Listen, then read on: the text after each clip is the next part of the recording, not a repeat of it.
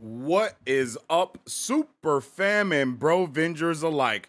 I am Sensei Finito, aka Vane Sensei, and welcome to Marvel Bros, where we discuss all things Marvel and everything pop culture. Excuse me. And today, I am happy to say that we are going to be continuing season 2 of our From Watcher to Reader series. And this time around, we are going for none other than Book 2 of The Wheel of Time, The Great Hunt by Robert Jordan. I am super pumped to check this out, and I know that you guys are also super excited to get into it. Yo, this is gonna be so much fun. I loved our first round of From Watcher to Reader. If you guys haven't experienced the season 1 of our From Watcher to Reader series, I'm pretty sure it is well over I don't even know how long it is. I'm pretty sure it's well over 8 hours long. But if you guys are looking for something to go and binge and check out, you guys can go ahead and do that. I thought I had the link. My bad. I thought I had the link for it right here just to drop it in there for you guys, but I don't have it handy. But if you guys are interested in checking out our From Watcher to Reader season 1, we went over the first book of Wheel of Time titled The Eye of the World. It's there for you guys to go and check out. And this is the start of season 2. Yo, so this will have its own separate thing on our YouTube channel separately. So you'll see season 1 playlist, and then this will be the season 2 playlist. Today, we are going to be, of course, all of these episode zeros are usually not only for the prologue, but it's also for us to just kind of nerd out and talk about all the good stuff that we're going to check out within this book and just kind of get excited for it. We're definitely going to talk about season 3. I'm pretty sure Unraveling the Pattern has made a video about season 3, so we're going to be reacting to his video that he put out about what's going on. Hopefully it's not too spoilery. If you guys know if it's spoilery or not, let me know, because you know I don't want no spoilers. I want no spoilers. I'm really pumped to get into this book today. I'm like really excited. It's really crazy how excited I am to get into this. We are going to just be doing the prologue. We're not going to be getting into anything more than the prologue today, but we're going to get into the prologue, and we're going to be doing some other awesome things, awesome and nerdy things around this book. Now, when it comes to The Great Hunt, I do not have the actual physical book yet. I am going to be getting it this week, but I do not have it yet.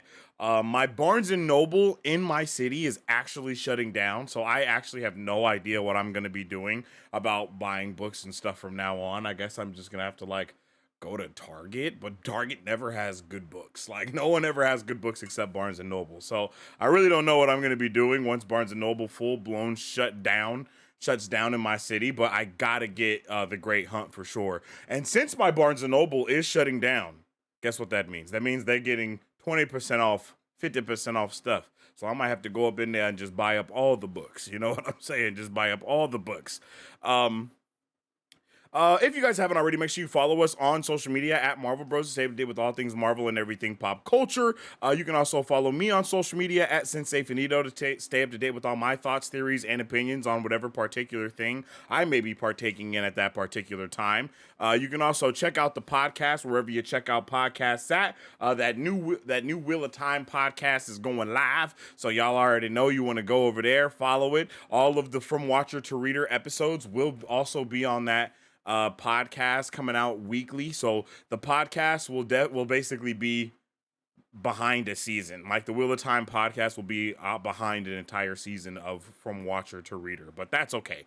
That's okay. Everybody else will know what's going on here. You know what I'm saying? So I'm really excited to kind of continue that and get that on and cracking. And then, yeah, that is it for that. I really appreciate you guys for joining me today, for real, for real. I can't wait to hear all your thoughts and opinions on how this season 2 is going to be going. And I hope you guys, if you guys have any other ideas about this season, definitely let me know that as well.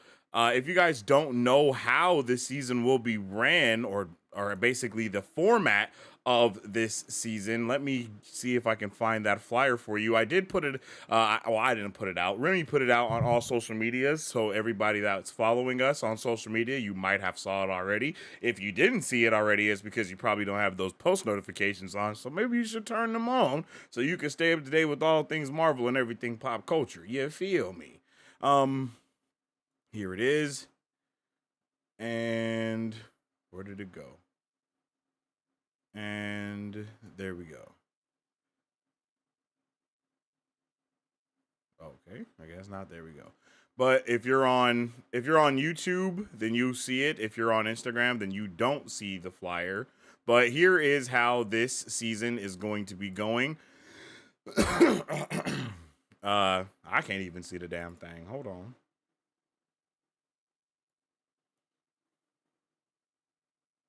There we go. So episode 0 is today, April 3rd.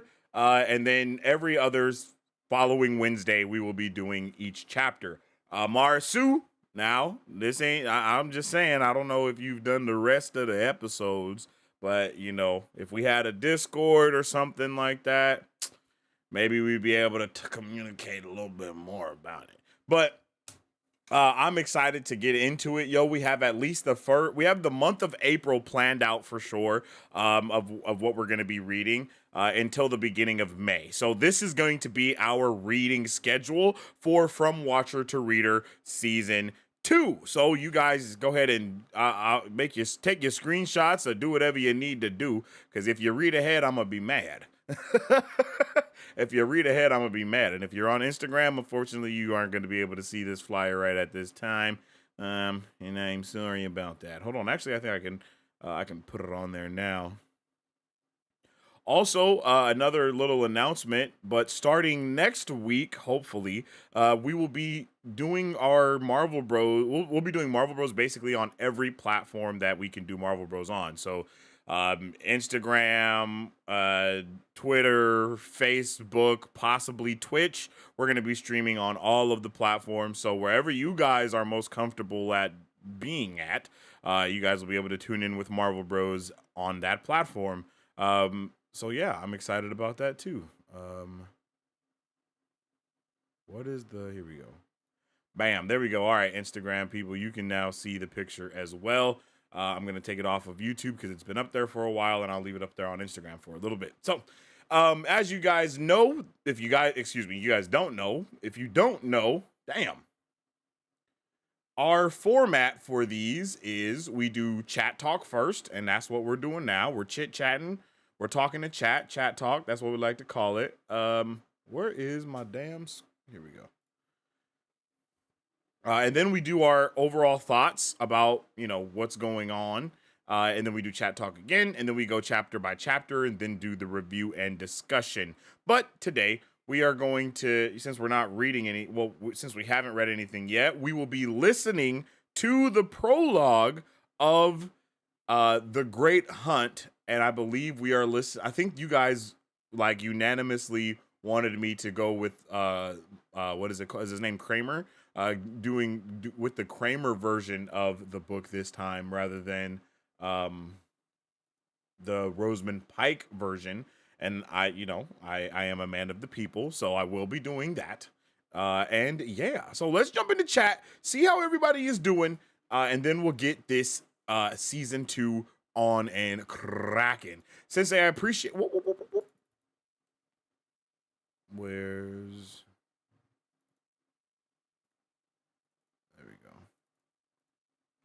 Boom. Let's run that again.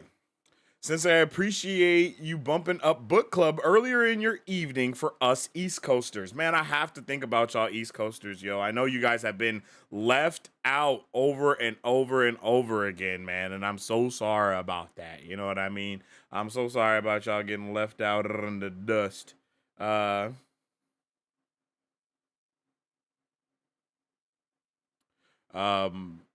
Yeah, I'm sorry that you know, y'all had to leave early and stuff because it was too late for y'all. I definitely thought about that, and when I was talking to my beautiful wife, I was like, yo, what time would be best for the East Coast people? Because for all of the, because I'm always talking with people like that are in different time zones, whether they're in like New Zealand or Germany or whatever. I'm always just talking to a lot of people in different time zones, and Remy handles a lot of that stuff. So she was like, "Oh yeah, you should probably do it at 5 o'clock because then it won't be too late for them." And so that's what time it will be.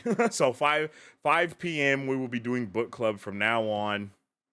And to get it cracking. And what is up with it, my guy KP, yo? If you guys don't know about KP has been coming through doing the Lord's work on these book clubs, coming back through after they're done and dropping all of the timestamps in the chat for everybody else. And so basically, he's the guy. He's been doing the damn thing, and I let him know. I told you, KP, if you kept it up, that you was going to end up getting modded. And guess what, brother? You kept it up. You have kept it up indeed, and I love to see you keep it up. And so now, the only thing that's left to do is change your name from gray to blue. So let's get it popping.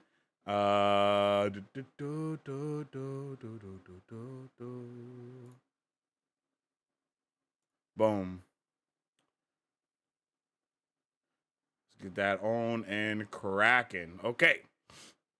That should be on and cracking for you, brother. Marisu, what's up, girl? Hello there. What is that? What's going on? Your eyes are on fire? What's happening? Watch out, guys. The dragon is fighting Baalzamon? Nah, that's crazy. That's crazy, Marisu. You're wild. Is everyone excited? I'm kind of excited. I'm definitely excited. It feels like it's been a while. It has been a while. I'm pretty sure, yeah, it has been a while. I wanted to start mid-April, but wait, no, I wanted to start mid-March, but it was just so much stuff going on in March. So I was like, the best thing to do will be to push it back so we can kind of start it off with, I really wanted to start it in the second quarter, so that way I could plan out my quarter better. I'm not even gonna lie to you. Good to be back. Yeah, facts. Super good to be back. I could not agree more. Been keeping an eye at all on season 3 news. I have been keeping my eye on exactly 0 of season 3 news, but we are going to be reacting to our guy Lauren's, aka Unraveling the Patterns video that he put out on his channel, and we're going to be checking that out. We're going to be reacting to it, reviewing it, talking about it, and it's about season 3 stuff. I know I purposely have not watched anything because I've been waiting for my guy to put out something so we could check him out again, and luckily he has put something out, so we're going to check that out. And I know he might go a little spoilery in it, but that's okay because I'm really excited. I definitely miss watching Lauren's content, so I need that. You know what I mean? I need that. Literally, I'm going to binge all of his Wheel of Time videos again because I love him so much. He just like the sheer, like, just magical. I'm not gonna lie to you, it was just magical. I'm trying not to think about it until it's closer. Hey, I feel that. Don't want to get too excited, right? 16 months from wrapping film before we got it. It was 16 months from wrapping film until we got it. Oh, another September release. Yeah, probably. I wouldn't be surprised if they wanted to keep it around the same time. That is that's kind of the smartest vibe to do. Like, if we get season 1 in the spring, then season 2 should also be in the spring. Like, I'm not a fan of it being like, oh, season 1 came out in May and then season 2 comes out in freaking October. Like, nah, G. I'm, my circadian rhythm, my yearly circadian rhythm is ready for this show to be out in freaking April. So make that shit happen. I'm hoping Xmas 24. That's this year. You're tripping, Marisu. Hi, yo, what's up with it, Sharice? How you doing, girl? Hope you having a good day. I see you, Sharice. Hope you have been finding water and shade this lovely day. Facts. You're thinking the quick turnaround? I thought, no, they need big effects budget for 3 and will take time. You know what? I think this is how I feel. I think that the other seasons were created under complete distress, like, and they were still made really good. So I don't think they actually know how much time is needed to make a season for real. Like, I think this season, no, really not even this season, because they were still going through the strikes and all that stuff while this season was happening. So next season will hopefully be the first time that they can actually make something without any interruptions of any kind whatsoever. But who knows if that's actually going to be what's happening.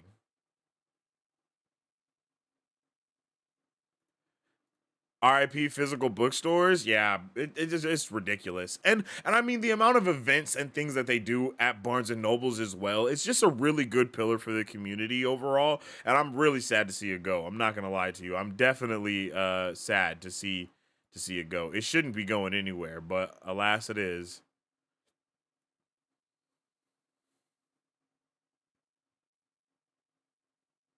I have an amazing used bookstore in town. Oh, okay, KP. I like that. That sounds fire. I'm not gonna lie to you. That sounds fire. We should start a petition for Billy Zane to do his own Great Hunt prologue fan film. Yeah, no, that's a fact. Yo, that's a fact. I so wish to watch that tonight. Yeah, I wish we had that to watch as well. Like, man, I wish we could watch a whole bunch of things like that too. Too bad there's nothing out there. Like, if you guys know of any of the, is there any Great Hunt type of content out there for the Wheel of Time? Like any video, not videos, but yeah, any videos or anything along the lines of that? Taishar Sensei, thank you. Hey, Taishar to you too, KP. You've been doing the thing. I told you you was gonna mess around and get modded if you kept it up, and you did keep it up, and you was doing it. So I appreciate that for real, for real. I really appreciate it. I appreciate when y'all be out here doing the damn thing. I can't even lie to you. I think they also just added a whole new mod role. It looks like.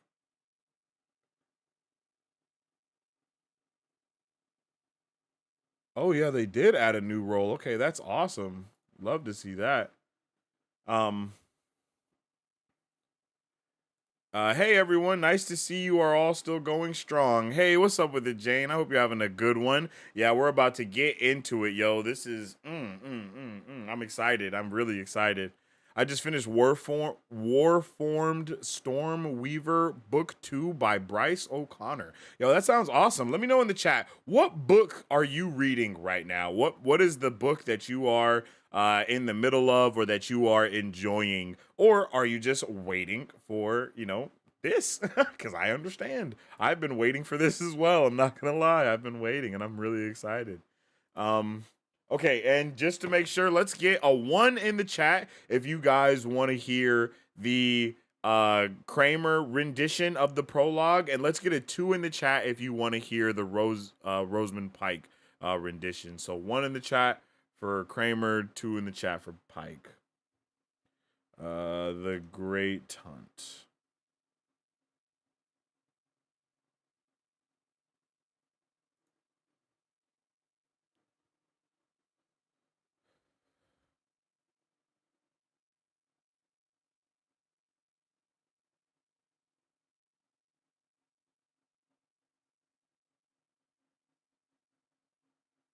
Okay.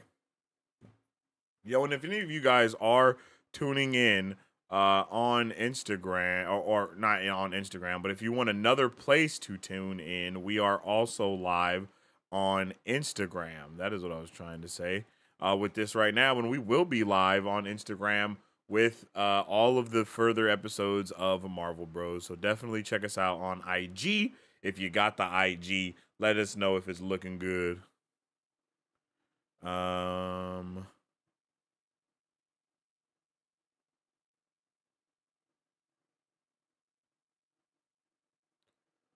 What was I trying to grab? Oh.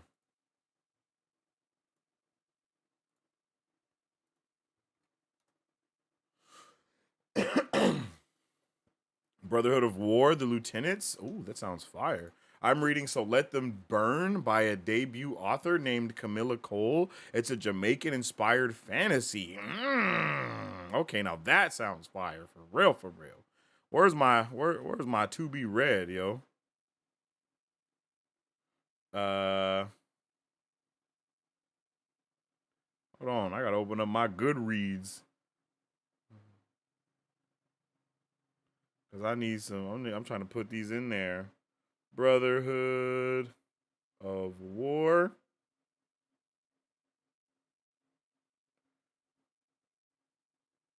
The Lieutenants. Yeah. Want to read. Put that in the list, baby. Done. So Let Them Burn, which sounds so fire. So Let Them Burn. Yo. By Camilla Cole. Add that in. Yeah.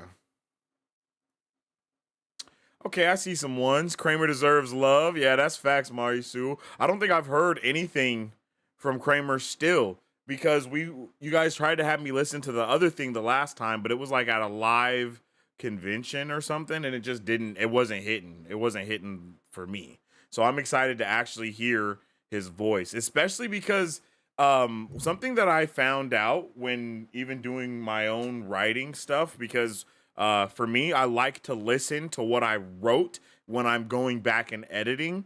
And what I noticed is I preferred hearing like the female voice in the in that fantasy setting, I guess. So I'm really interested to hear how that male voice will also tell that story in its own way. You know what I mean? Because it definitely, you get a different vibe off the top from when you hear whether the voice is deep, whether it's raspy, all of those things add into the immersion that you get within the audiobook at the very least. So I'm really excited to kind of be able to experience his rendition versus how we just did with Rosamund Pike's, because Rosamund Pike did a beautiful job. I had no idea that she had that much range. I believe one of you guys in chat had let me know that her mother was actually a voice actor back in the day. So that's all amazing, and the range that she had was insane. So I'm really excited to hear what Kramer's range is like. And now, I mean, I was in the dark going into the last book, so I'm still in the same amount of the dark, but I'm just pumped to kind of hear it and see how it goes. Like, honestly, like I'm really excited for it. So um yeah, Kramer definitely does deserve some love. So Kramer is what we shall be checking out today. And I think we'll do the listening of it last. I don't know. Should we do that first or should we do that last? What are you guys thinking? Should we listen to the prologue first, or should we watch Unraveling the Pattern first? Which one of those should we do first? um that's why it's amazing we get two versions, and one by Kramer is already really amazing. Yeah. Yeah, for real. I'm excited to get into it. I'm excited. I am really pumped. I have both of the books right here, so I'm about to get I'm just gonna get the Kramer one. And isn't it read by, okay, yeah, because this says narrated by Kate Redding and Michael Kramer. So don't they do like a back and forth thing, or does he read all the dudes and she reads all the ladies?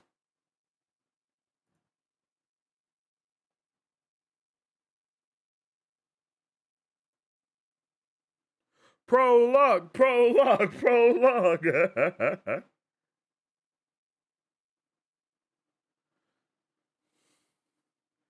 Let me drop the let me what should we do first?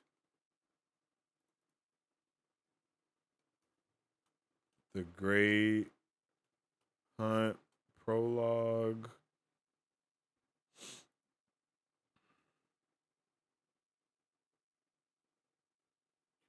Um Unraveling the Pattern, season 3.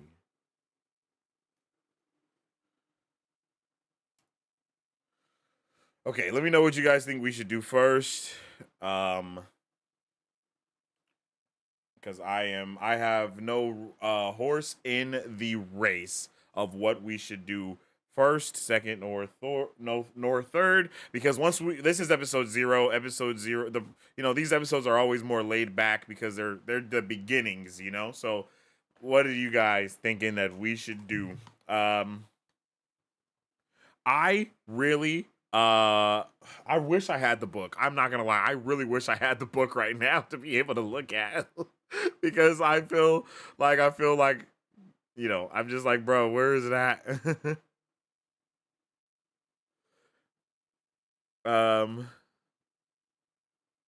Unraveling the pattern, prologue. They do a back and forth for the whole series. They do a back and forth. What does that mean? Like one chapter him, one chapter her? One chapter him, one chapter her, one chapter him, one chapter her? Okay, it's interesting.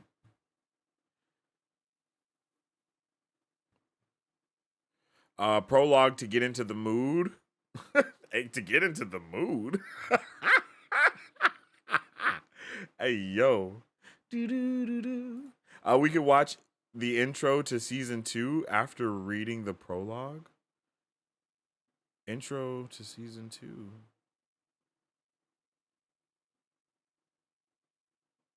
I don't know what you mean by that. It's been a while since it's been a while that I saw you live. Nice new poll feature. Yeah, I'm trying to use the poll stuff more. I'm trying to get it used more and get it cracking. I need YouTube to just really step up their game. All right, I'm gonna set the timer for 30 seconds. So make your votes. Make your votes now. 30 seconds. Make your votes, and then whatever the vote is at the end of these 30, that's what we'll get. I think they read the whole chapter based on the character of the main. Oh, okay. I got you. That's what I was hoping for. So it sounds. I want that. I want that. I want them to kind of have. I love that. That actually sounds so awesome, and it sounds like it would be 10 times more immersive. So sign me up. Oh. Yo, I said that and it scared me. Like, what? That really I'm not gonna lie, that really had me like, whoa, I was like, why is this going off? Yo, because you set the timer. All right, so we're starting with the prologue, ladies and gents. Okay, so I have no idea how this will work on Instagram. I don't know if they're gonna try to hit me with the ban hammer if I if I play it or whatever. But I guess we gonna find out. We're gonna find out. So let's get it popping. But before we do, you guys already know what's happening. Go and do the thing that you need to do, and that's check out GTLG coming to you soon. 6 nations divided, how the gods envisioned the lands of Ghaphora, where nations must praise their gods individually. In Guvu, the god of power,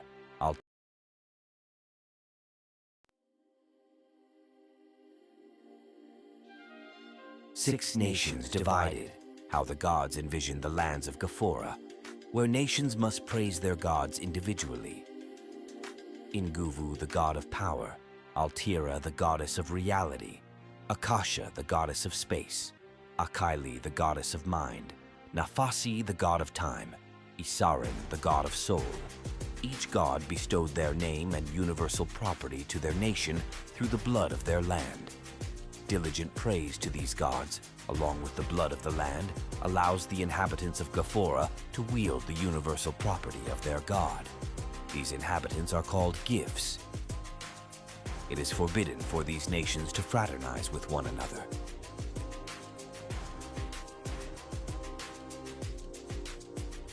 Gifts, the lands of Ghaphora.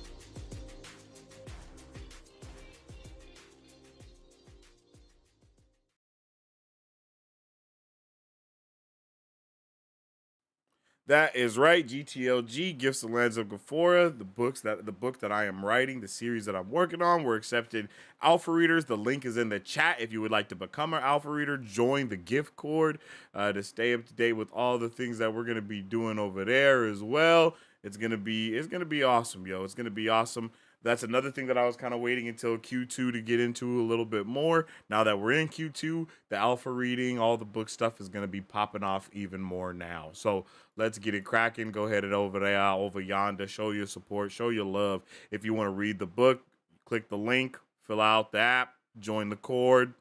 You feel me? It's all there. All right. Now, without further ado, ladies and gentlemen.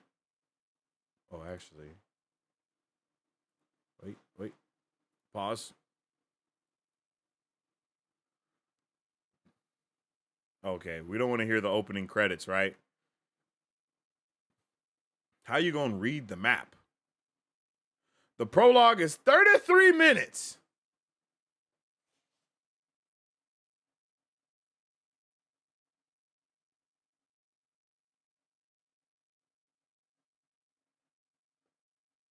Oh my goodness.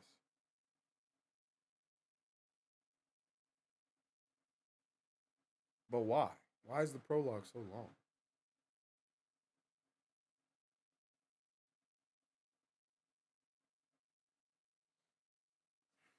Um, 30 minutes. Did we listen to the whole prologue the last time? I can't remember, you guys. Did we listen to everything?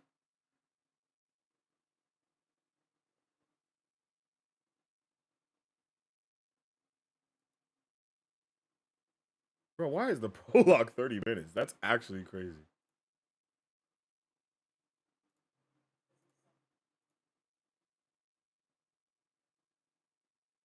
Oh yeah, the prologue for that was 20 minutes for book 1. Damn.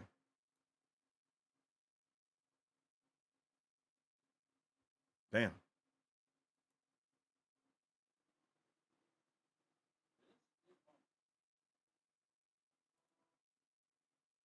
Okay.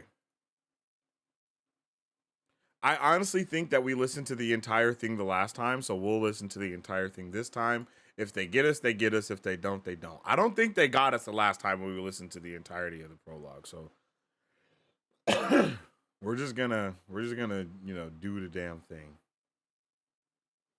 Honestly, I don't think they got us for any of the stuff that we did for book club. And I'm knock on wood, but I'm just saying. All right, you guys. Let's get it cracking, yo. Like, I am so pumped, actually. Okay, so I wasn't ready for this for 30 minutes. I'm not gonna lie to you, but I'm ready now. I wasn't ready before, but I'm ready now. So let me see. Where is my window capture?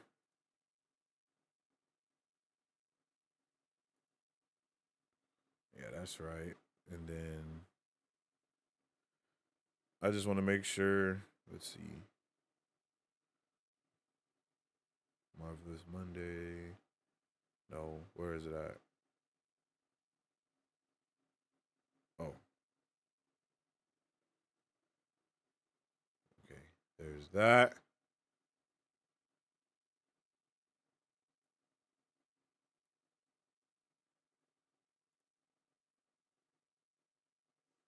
Okay.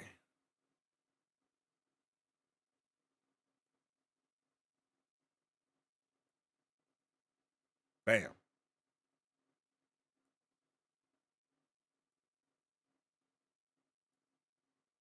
Boom. Okay, there's that there. And then over here. Boom.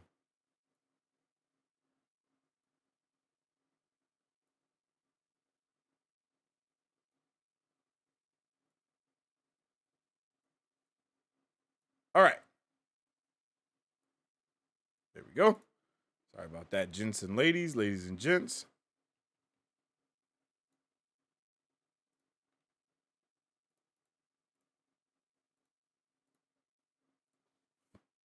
Okay, now let's get into the prologue for the the Wheel of Time. Whoa. Yeah. Let's get into the prophecy should be first. Wait. Hold on. Before we do, let me see. Now, there's no prophecy. It's just opening credits, map, prologue, and then chapter 1.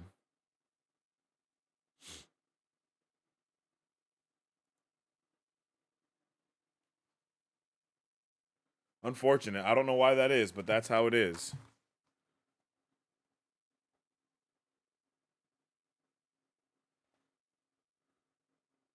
All right, that's it.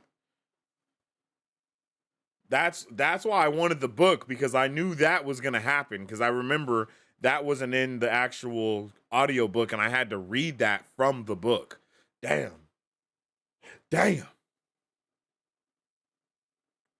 Unfortunate. Somebody send me a PDF. Send me a PDF of the Great Hunt Prophecy. And then I'll read that after this. And then, yeah, let us know what y'all eating and drinking as we get into the prologue for The Great Hunt, which is the book. Wait. That was a terrible intro. Let me try that again. All right. Let's get it. All right, guys. Let us get into the prologue for Book 2 of The Wheel of Time, titled The Great Hunt. Let's get into it.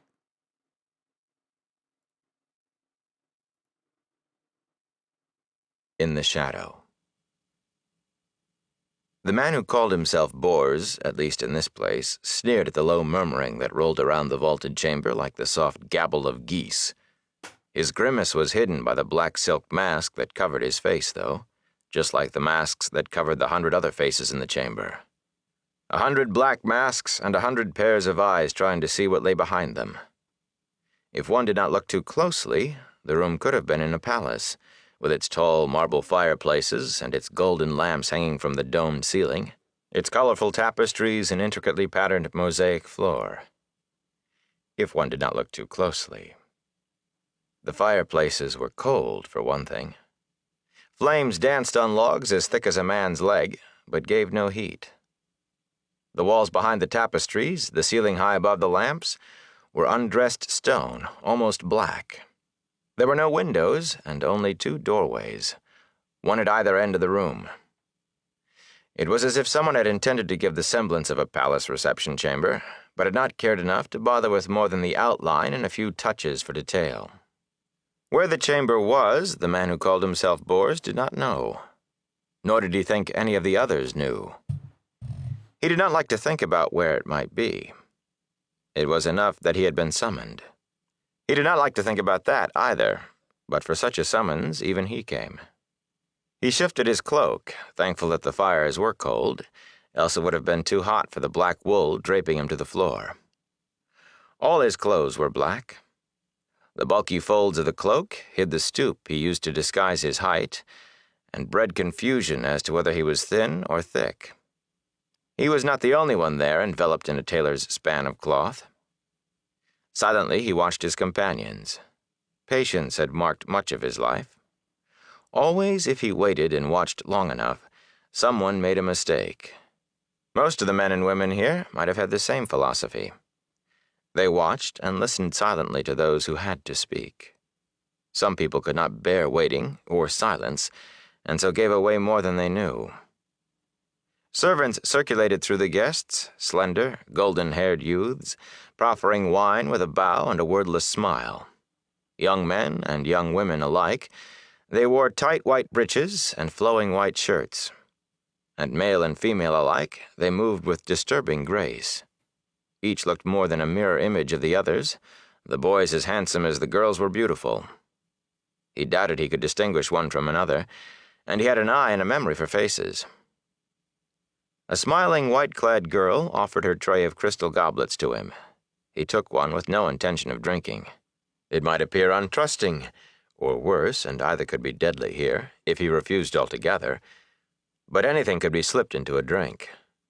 Surely some among his companions would have no objections to seeing the number of their rivals for power dwindle, whomever the unlucky ones happened to be. Idly he wondered whether the servants would have to be disposed of after this meeting.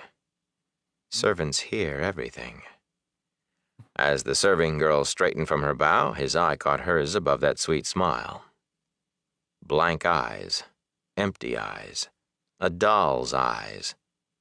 Eyes more dead than death. He shivered as she moved gracefully away and raised the goblet to his lips before he caught himself. It was not what had been done to the girl that chilled him. Rather, every time he thought he detected a weakness in those he now served, he found himself preceded, the supposed weakness cut out with a ruthless precision that left him amazed and worried. The first rule of his life had always been to search for weakness. For every weakness was a chink where he could probe and pry and influence. If his current masters, his masters for the moment, had no weakness. Frowning behind his mask, he studied his companions. At least there was plenty of weakness there. Their nervousness betrayed them, even those who had sense enough to guard their tongues. A stiffness in the way this one held himself, a jerkiness in the way that one handled her skirts. A good quarter of them, he estimated, had not bothered with disguise beyond the black masks. Their clothes told much. A woman standing before a gold and crimson wall hanging, speaking softly to a figure, impossible to say whether it was man or woman, cloaked and hooded in gray. She had obviously chosen the spot because the colors of the tapestry set off her garb.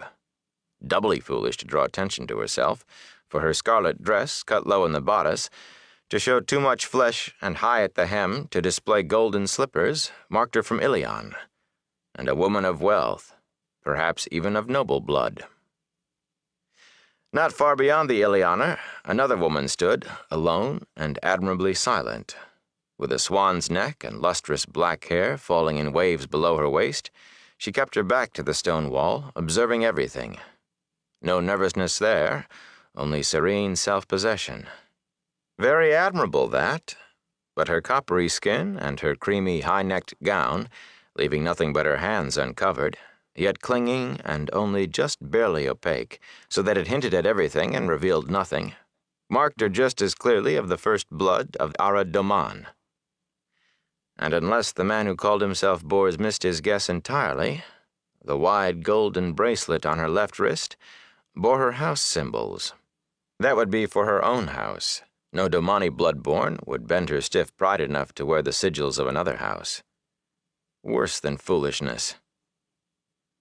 A man in a high-collared sky-blue Shinaran coat passed him with a wary head-to-toe glance through the eye-holes of his mask. The man's carriage named him Soldier. The set of his shoulders, the way his gaze never rested in one place for long, and the way his hand seemed ready to dart for a sword that was not there, all proclaimed it. The Shinaran wasted little time on the man who called himself Bors. Stooped shoulders and a bent back held no threat. The man who called himself Bors snorted as the Shinaran moved on, right hand clenching and eyes already studying elsewhere for danger. He could read them all, to class and country. Merchant and warrior, commoner and noble. From Kandor and Kyrian, Saldaea and Giladan. From every nation and nearly every people. His nose wrinkled in sudden disgust. Even a tinker, in bright green breeches and a virulent yellow coat. We can do without those come the day. The disguised ones were no better, many of them cloaked and shrouded as they were. He caught sight under the edge of one dark robe of the silver-worked boots of a High Lord of Tyr, and under another a glimpse of golden lion head spurs worn only by high officers in the Andorran Queen's Guards. A slender fellow, slender even in a floor-dragging black robe and an anonymous gray cloak caught with a plain silver pin, watched from the shadows of his deep cowl. He could be anyone from anywhere, except for the six-pointed star tattooed on the web between thumb and forefinger of his right hand. One of the sea folk, then, and a look at his left hand would show the marks of his clan and line. The man who called himself Bors did not bother to try. Suddenly his eyes narrowed, fixing on a woman, enveloped in black till nothing showed but her fingers. On her right hand rested a gold ring in the shape of a serpent eating its own tail. Aes Sedai, or at least a woman trained in Tar Valon by Aes Sedai. None else would wear that ring. Either way made no difference to him. He looked away before she could notice his watching, and almost immediately he spotted another woman swathed from head to toe in black and wearing a great serpent ring. The two witches gave no sign that they knew each other. In the White Tower they sat like spiders in the middle of a web, pulling the strings that made kings and queens dance, meddling. Curse them all to death eternal. He realized that he was grinding his teeth. If numbers must dwindle, and they must before the day, there were some who would be missed even less than tinkers. A chime sounded, a single shivering note that came from everywhere at once and cut off all other sounds like a knife. The tall doors at the far end of the chamber swung open, and two Trollocs stepped into the room, spikes decorating the black mail that hung to their knees. Everyone shied back, even the man who called himself Bors. Hey guys, we've got some... Head and shoulders taller than the tallest man there, they were a stomach-turning blend of man and animal, human faces twisted and altered. One had a heavy, pointed beak where his mouth and nose should have been, and feathers covered his head instead of hair. The other walked on hooves, his face pushed out in a hairy muzzle, and goat horns stuck up above his ears. Ignoring the humans, the Trollocs turned back toward the door and bowed, servile and cringing. The feathers on the one lifted in a tight crest. A Myrddraal stepped between them, and they fell to their knees. It was garbed in black that made the Trollocs' mail and the humans' masks seem bright, garments that hung still without a ripple. The man who called himself Bors felt his lips drawing back over his teeth, half snarl and half, he was ashamed to admit even to himself, fear. It had its face uncovered. Its pasty, pale face, a man's face, but eyeless as an egg, like a maggot in a grave. The smooth white face swiveled, regarding them all one by one, it seemed. A visible shiver ran through them under that eyeless look. Thin, bloodless lips quirked in what might almost have been a smile, as one by one the masked ones tried to press back into the crowd, milling to avoid that gaze. The Myrddraal's look shaped them into a semicircle facing the door. The one who called himself Bors swallowed. There will come a day, half-man, when the great Lord of the Dark comes again. He will choose his new dreadlords, and you will cower before them. You will cower before men, before me. Why doesn't it speak? Stop staring at me and speak. Your master comes. The Myrddraal's voice rasped like a dry snakeskin crumbling. To your bellies, worms. Grovel lest his brilliance blind and burn you. Rage filled the man who called himself Bors at the tone as much as the words. But then the air above the halfman shimmered, and the import drove home. It can't be. It can't. The Trollocs were already on their bellies, writhing as if they wanted to burrow into the floor. Without waiting to see if anyone else moved, the man who called himself Bors dropped face down, grunting as he bruised himself on the stone. Words sprang to his lips like a charm against danger. They were a charm, though a thin reed against what he feared. And he heard 100 other voices, breathy with fear, speaking the same against the floor. The great Lord of the Dark is my master, and most heartily do I serve him to the last shred of my very soul. In the back of his mind, a voice chattered with fear. The Dark One and all the Forsaken are bound. Shivering, he forced it to silence. He had abandoned that voice long since. Lo, my master is death's master. Asking nothing do I serve against the day of his coming, yet do I serve in the sure and certain hope of life everlasting. Bound in Shale Ghoul. Bound by the Creator at the moment of creation. No, I serve a different master now. Surely the faithful shall be exalted in the land, exalted above the unbelievers, exalted above thrones. Yet do I serve humbly against the day of his return.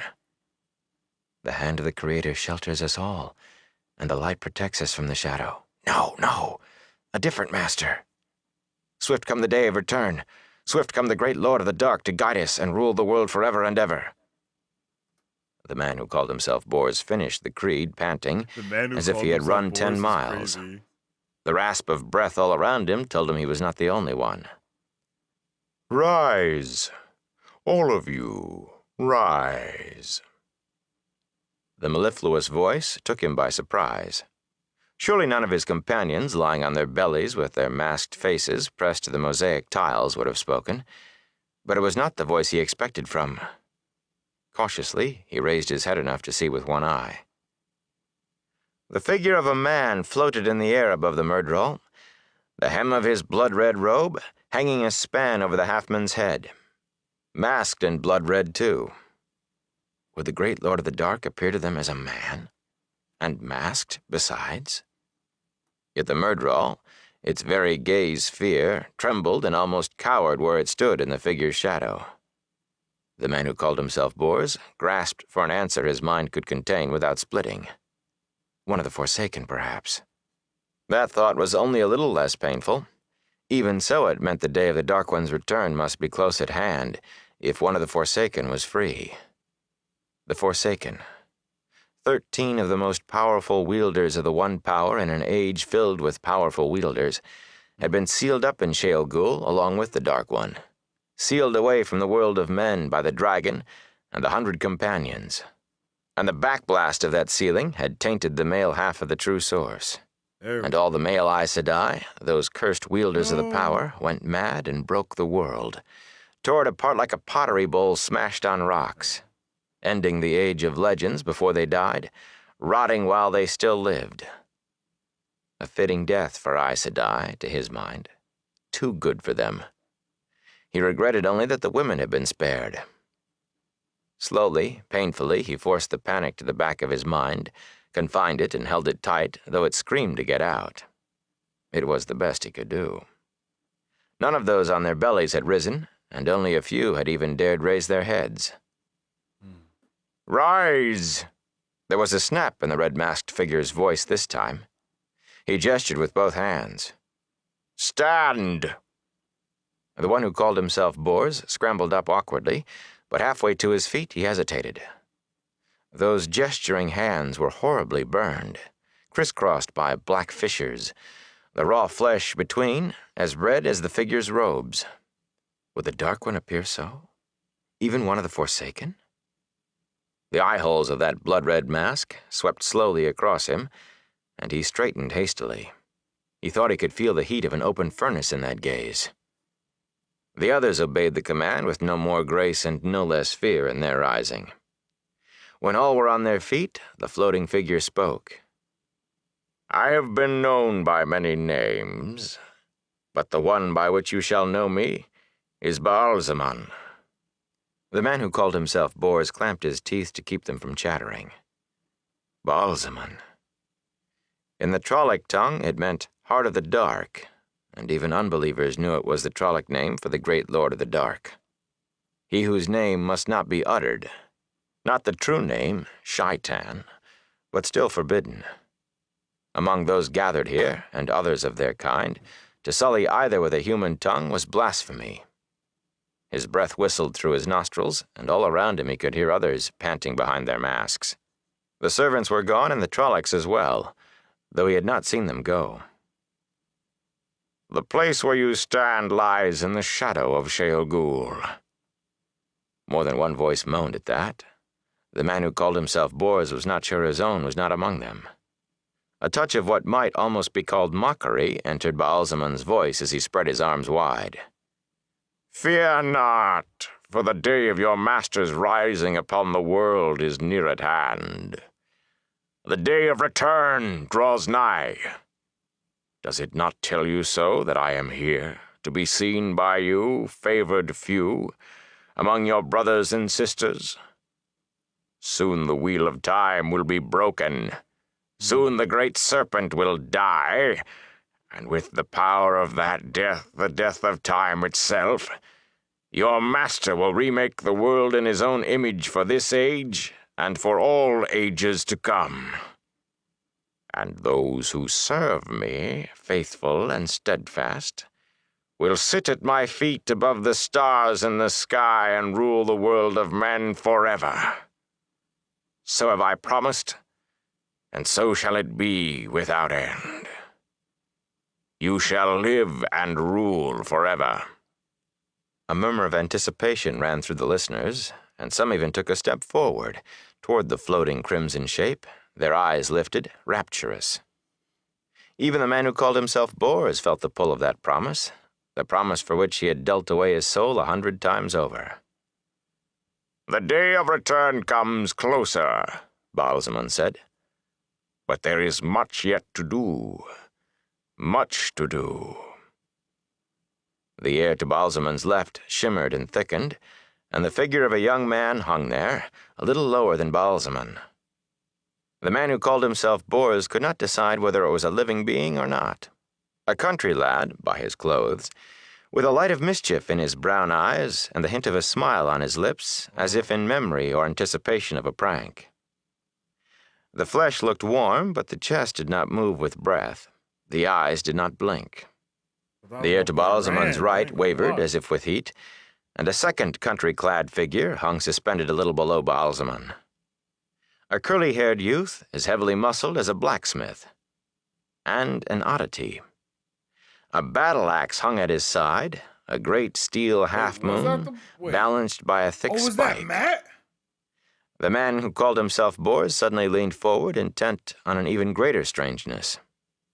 A youth with yellow eyes. I was pairing.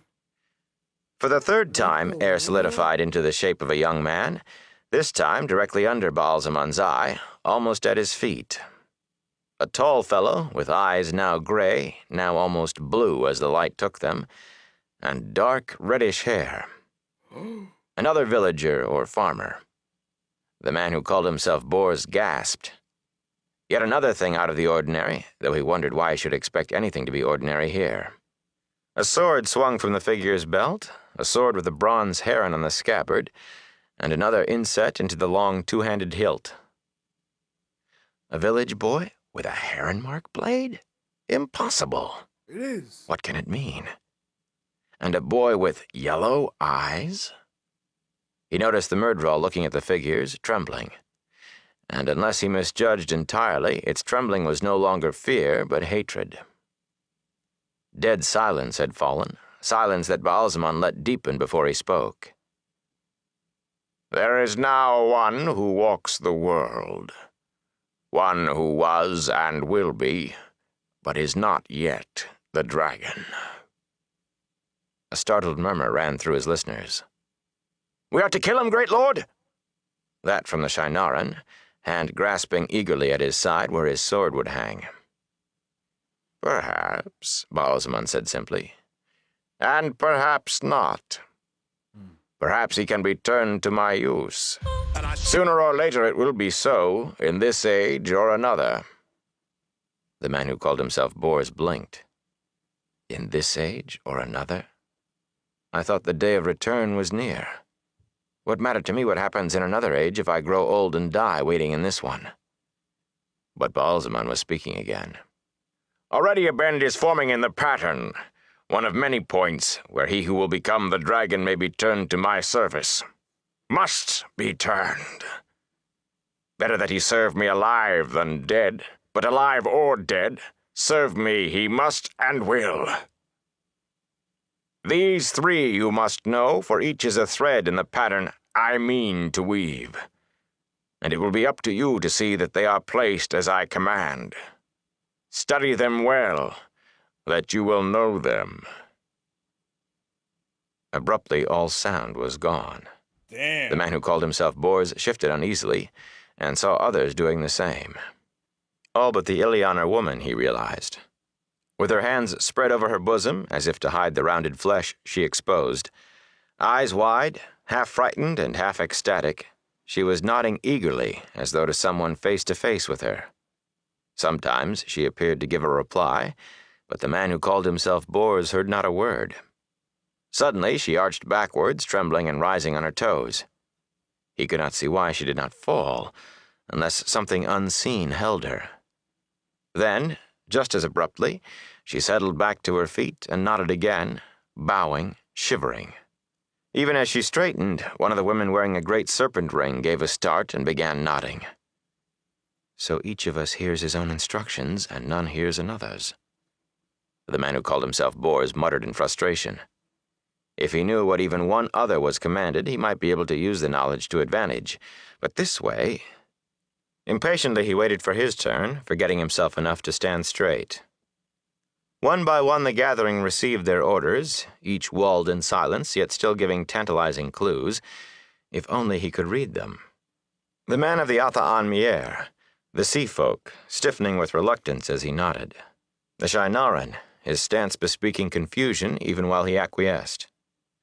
The second woman of Tarvalon giving a start, as of shock, and the gray-swathed figure, whose sex he could not determine, shaking its head, before falling to its knees and nodding vigorously. Some underwent the same convulsion as the Ilianer woman, as if pain itself lifted them to toe-tips. Bors. The man who called himself Bors jerked as a red mask filled his eyes. He could still see the room, still see the floating shape of Baalzamon and the three figures before him, but at the same time all he could see was the red-masked face.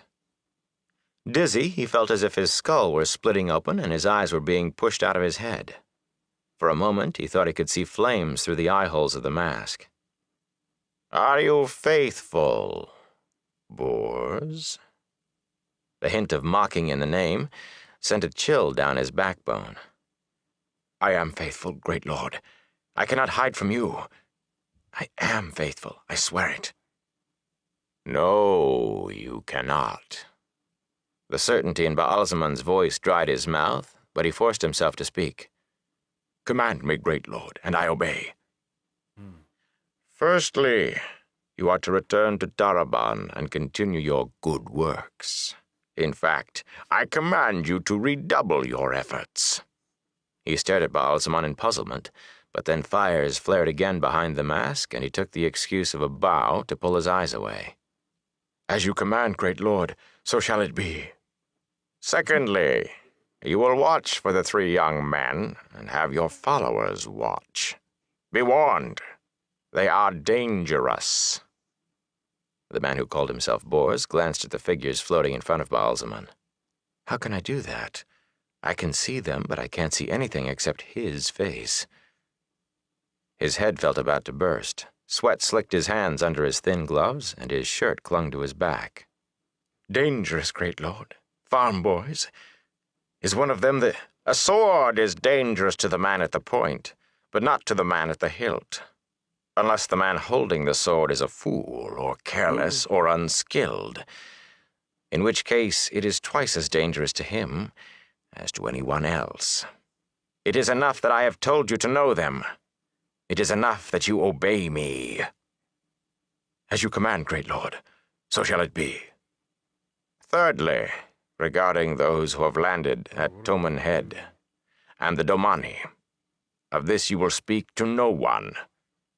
When you return to Taraban—" The man who called himself Bors realized as he listened that his mouth was sagging open. The instructions made no sense. If I knew what some of the others were told, perhaps I could piece it together. Abruptly he felt his head grasped as though by a giant hand, crushing his temples, felt himself being lifted, and the world blew apart in 1,000 starbursts, each flash of light becoming an image that fled across his mind or spun and dwindled into the distance before he could more than barely grasp it. An impossible sky of striated clouds, red and yellow and black, racing as if driven by the mightiest wind the world had ever seen. A woman, a girl, dressed in white, receded into blackness and vanished as soon as she appeared. A raven stared him in the eye, knowing him, and was gone. An armored man in a brutal helm, shaped and painted and gilded like some monstrous poisonous insect, raised a sword and plunged to one side beyond his view. A horn, curled and golden, came hurtling out of the far distance. One piercing note it sounded as it flashed toward him, tugging his soul. At the last instant, it flashed into a blinding golden ring of light that passed through him, chilling him beyond death. A wolf leaped from the shadows of lost sight and ripped out his throat. He could not scream. The torrent went on, drowning him, burying him. He could barely remember who he was or what he was. The skies rained fire and the moon and stars fell. Rivers ran in blood, and the dead walked. The earth split open and fountained molten rock. The man who called himself Bors found himself half crouching in the chamber with the others, most watching him, all silent. Wherever he looked, up or down or in any direction, the masked face of Baalzamon overwhelmed his eyes. The images that had flooded into his mind were fading. He was sure many were already gone from memory. Hesitantly, he straightened. Baalzamon always before him. "Great Lord, what—" "Some commands are too important to be known, even by he who carries them out." The man who called himself Bors bent almost double in his bow. "As you command, great Lord," he whispered hoarsely, "so shall it be." So wait, Mans is wiping When he people's straightened, he was memories after alone in giving silence them— once what? more. Another, the Terran High Lord, nodded and bowed to someone none else saw. The man who called himself Bors put an unsteady hand to his brow, trying to hold on to something of what had burst through his mind, is crazy. though he was to not say completely every single certain he time. wanted to remember. I would have been so The last remnant frustrated flickered reading out, this. and suddenly he was wondering what it was that he was trying to recall. Recording reading this. I know there was something, but what? There was something, wasn't there? He rubbed his hands together, grimacing at the feel of sweat under his gloves, and turned his attention to the three figures hanging suspended before Baalzamon's floating form. The muscular, curly-haired youth, the farmer with the sword, and a lad with a look of mischief on his face. Already in his mind, the man who called himself Bors had named them the blacksmith, the swordsman, and the trickster. Yes, sir. What is their place in the puzzle?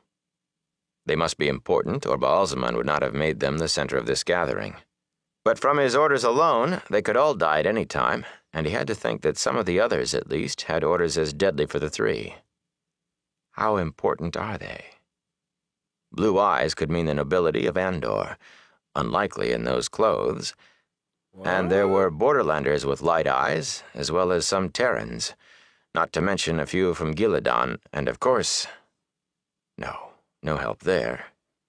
But yellow eyes? Who are they? What are they? He started at a touch on his arm and looked around to find one of the white-clad servants, a young man, standing by his side. The others were back too, more than before, one for each of the masked. He blinked. Baalzamon was gone. The Myrddraal was gone too, and only rough stone was where the door it had used had been. The three figures still hung there, though. He felt as if they were staring at him. "If it please you, my Lord Bors, I will show you to your room." Avoiding those dead eyes, he glanced once more at the three figures, then followed. Uneasily, he wondered how the youth had known what name to use. It was not until the strange carved doors closed behind him, and they had walked a dozen paces, that he realized he was alone in the corridor with the servant. His brows drew down suspiciously behind his mask, but before he could open his mouth, the servant spoke. "The others are also being shown to their rooms, my lord. If you please, my lord. Time is short, and our master is impatient." The man who called himself Bors ground his teeth, both at the lack of information and at the implication of sameness between himself and the servant, but he followed in silence. Only a fool ranted at a servant, and worse, remembering the fellow's eyes, he was not sure it would do any good. And how did he know what I was going to ask? The servant smiled. The man who called himself Bors did not feel at all comfortable until he was back in the room where he had waited on first arriving, and then not much. Even finding the seals on his saddlebags untouched was small comfort. The servant stood in the hallway, not entering. "You may change to your own garments if you wish, my lord. None will see you depart here, nor arrive at your destination. But it may be best to arrive already properly clothed. Someone will come soon to show you the way." Untouched by any visible hand, the door swung shut. The man who called himself Bors shivered in spite of himself. Hastily he undid the seals and buckles of his saddlebags and pulled out his usual cloak. In the back of his mind, a small voice wondered if the promised power, even the immortality, was worth another meeting like this, but he laughed it down immediately. For that much power, I would praise the great Lord of the Dark under the Dome of Truth. Remembering the commands given him by Baalzamon, He fingered the golden flaring sun worked on the breast of the white cloak, and the red shepherd's crook behind the sun, symbol of his office in the world of men. And he almost laughed. There was work, great work, to be done in Taraban and on Almouth Plain. Yo. Chapter 1, The Flame of Tarvalin. Yo, Tarvalin. Yo. I thought it was Tarvalon. I'm so confused. Yo, that was, yo. Holy moly cannoli, bro. I'm not gonna lie. That was cooking. I'm not gonna lie, bro. We are in for a good time this time. You know what I'm saying? We are in for a good time this time. Now, I may be tripping, right? Now, I might be tripping, but it definitely seemed like we were dealing with, like, basically a lot of the dark friends that the boys met, maybe, over the time that they were there. Like, was that you know what I mean? Like, was that a different dark friend social from the one that we saw? I mean, it has to be, because the one that we saw was Ishmael, not Baal-Zaman. And I mean, at this point, we're not sure if Baal-Zaman and Ishmael are the same person, or, you know what I mean? Well, at least I'm not sure. So I'm trying to figure out what's going on. Like, I'm still confused about the whole Baal-Zaman Ishmael thing. I can't lie. Like I don't know, like, Juan, you know, like, that thing definitely still got me confused. But I am super pumped to see all these people, like, rocking and rolling, you know? Like, they're, like, all there wanting like, they want the thing, but they just can't have the thing that they want. Like, they want that thing so bad, but they just can't have the thing. And I love that. Like, what the heck? Oh. Oops. Yeah. That's so dope. Yeah, we're definitely cooking. We're definitely cooking, y'all. I'm ready. I am ready for this book so much. I can't wait to go back and read this. Like, I really wanted to read it while I was listening to it, but I didn't have it yet, so I had to, like, get it. And now that I have it, like, I gotta, like, you know what I'm saying? So, yeah, but I like that. That didn't even feel like 30 minutes. I wanted it to keep going. I was like, wait a minute, it's ending already? No, please, not like this. Like, that was awesome, bro. I'm excited to get into this book. I love the foreshadowing that it's giving us. It definitely seems like, I don't know if this was back in the day or if this is right now. So I guess that's why I'm thinking that it's old. Like, I'm thinking that this is super old and not taking place right in the story where it is now. But I might be, like, mistaken to even think that. I think I'm only assuming that this is happening way before because the last prologue happened way before, you know? So maybe I'm just tripping. Like, but to me, I thought this took place before where we were. So I might be mistaken.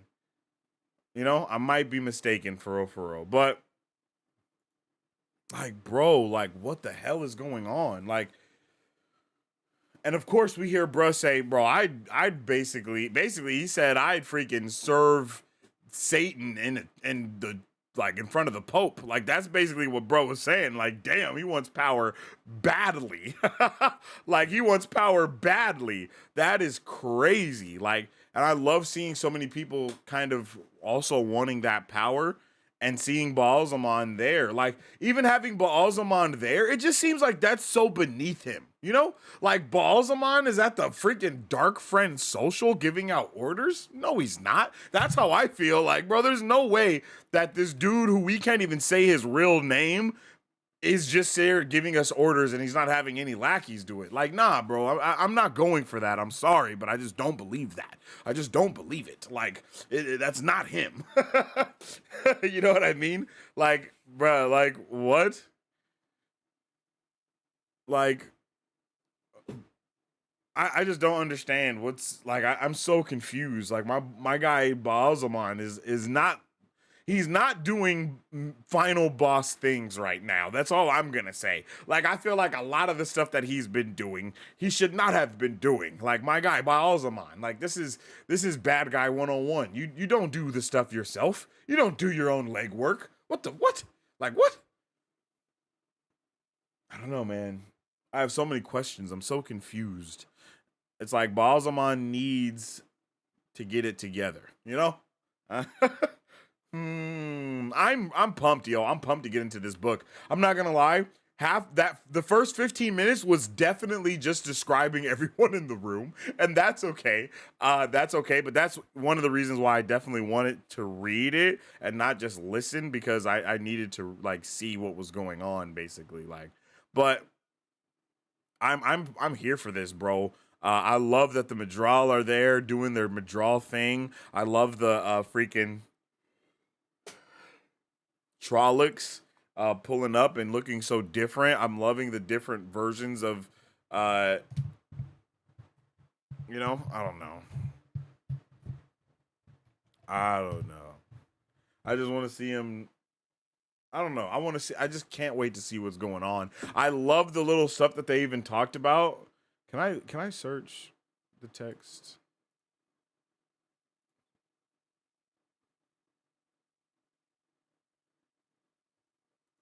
I need to search for a specific.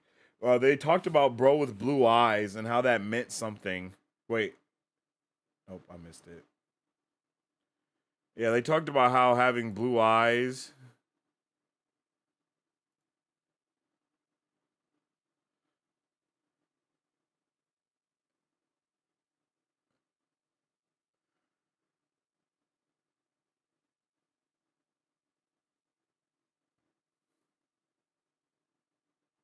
Okay, wait. Okay, and what was the? Wait. Here's the prologue, and then it goes into chapter 1. Okay, wait. The Carathin. Okay, I got the prophecies. I think I have the prophecies right here. Let's read these prophecies, and then we'll really get into it after we read the prophecies. Whoa. All right. The great hunt. It shall come to pass that what men made shall be shattered, and the shadow shall lie across the pattern of the age, and the dark one shall once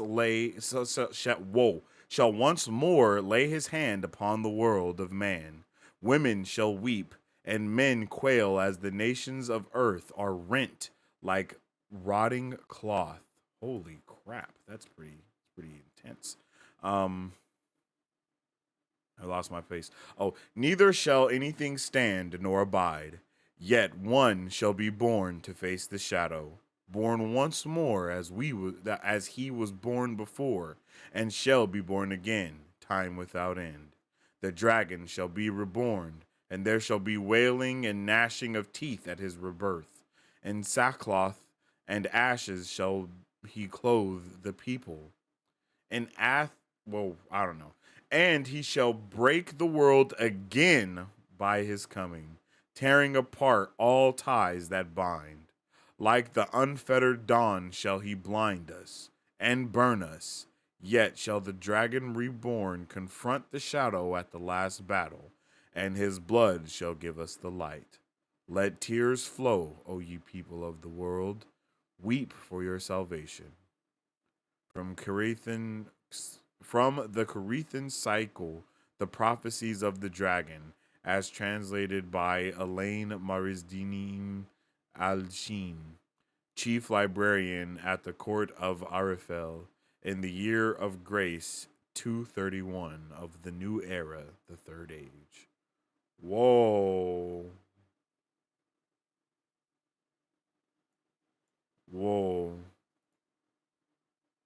That's kind of crazy. I'm not going to lie. Straight cooking with, bro, it's insane. I can't handle how much this how much this book is cooking, bro. Like, I'm excited to go back and reread all the stuff that we just read yet again. Like I need to go back and read it again. Now, I'm not gonna lie. At first I was not sold on the Kramer. I'm really not sold on it yet. I'm not gonna lie to you. I think I may have been a little bit spoiled by Rosamund Pike. I'm sorry, but I really think that I have been spoiled by listening to Rosamund Pike first, because like and this is only the prologue, of course, so we have more to go, but man, like the way that she read that first prologue, goddamn. Like, you know, like that had me ready to go. So I don't feel the same way, but this prologue is different though. I mean, the other one was a freaking insane freaking sequence that started, and this one was definitely a lot calmer.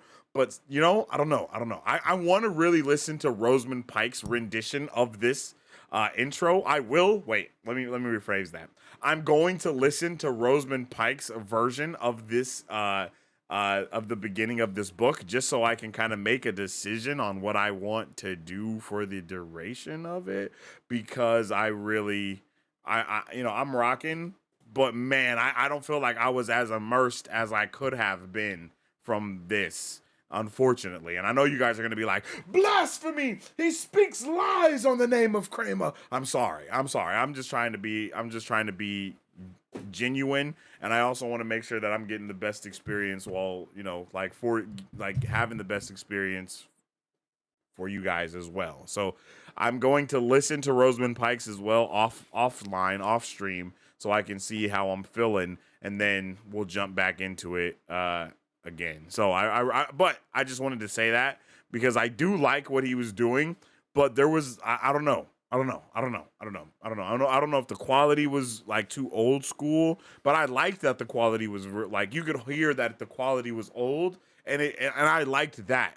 That helped me be more immersed into, I don't know. I feel like that allowed me to be more immersed into the time that the book was versus being immersed into the story of the book. I don't know.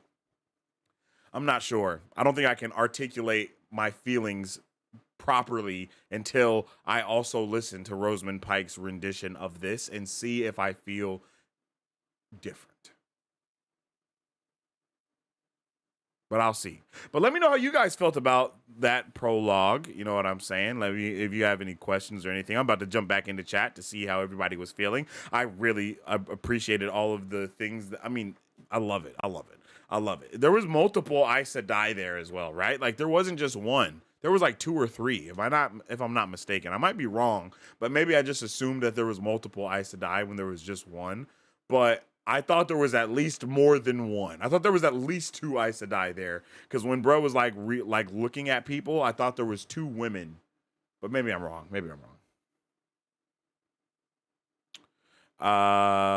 30 minutes isn't that long. There's a chapter in book 14 that's 9 hours and 5 minutes. How is that even possible?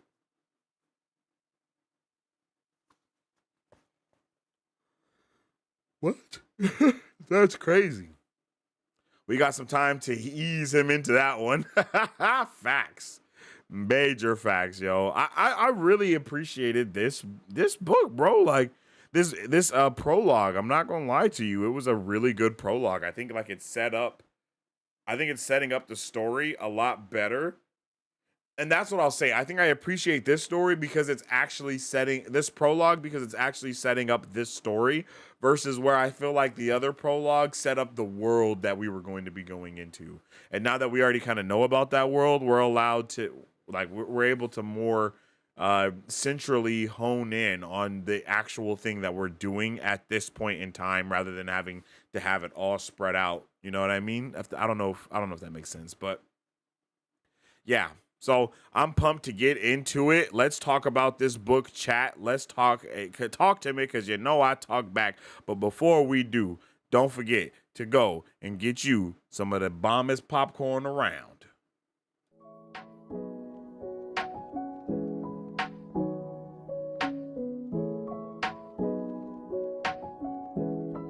Hi, my name is Dominique Pruitt, and I started Don's Bon Gourmet Popcorn LLC in the summer of 2021 to introduce delicious and unique flavored popcorn not found anywhere else in the world. Why, you ask? because I make it in my home with love, just for you. We offer over 10 flavors and are continuously creating new flavors that can be customized to any color or taste for your next event, party, or fundraiser. So go find yourself to our website and find a bombastic flavor of popcorn at donsbombgourmetpopcorn.com, or you can also follow us on Instagram or Facebook at Don's Bomb Gourmet Popcorn.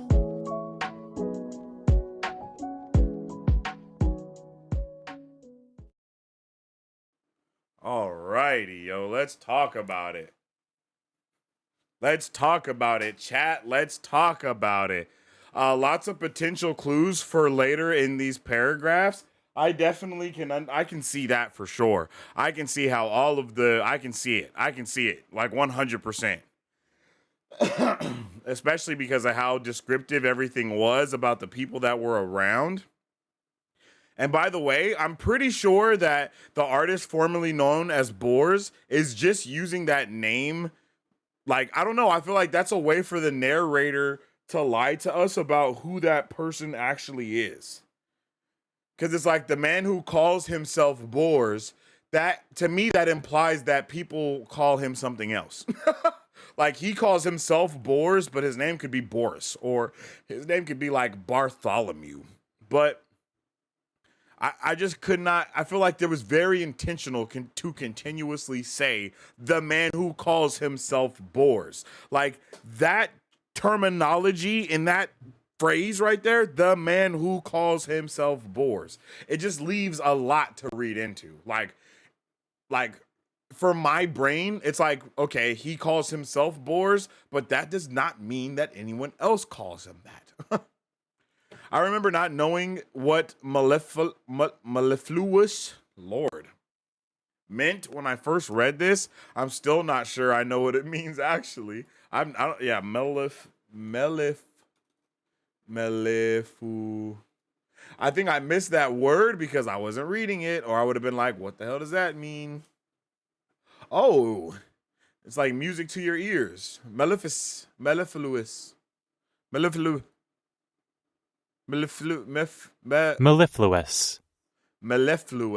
That is a stupid word. Mellifluous. That's a lot of L's, my boy.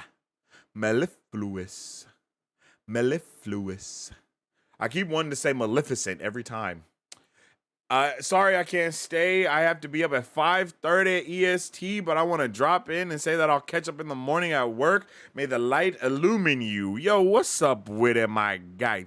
Thatcher, I appreciate you for tuning in. I hope you have a good rest, sleep well and wake, and I hope you have a good day at work in the mañana. The man who calls himself Boars is so paranoid, he doesn't even let his internal monologue know his name. Yeah, exactly. It's like, bruh, like, what? Man's just talking in third person. Dark Friend Social is so iconic. Yeah, I can't wait to listen to this. I can't wait to experience this again. Like, I'm going through it again. I love watching your hamster wheel turn whenever you try to figure out Ba'alzamon. Yo, because Ba'alzamon doesn't, like, he does not make sense to me. Like, he just does some of the weirdest things. Like, pulling up in people's dreams. Like, that, I just don't understand. Like, I understand to, like, torment them and stuff like that. But at the same time, it's like, bruh, like, what are you doing? What are you doing, Balls? You know, what are you doing, Ballsy? Get out of here.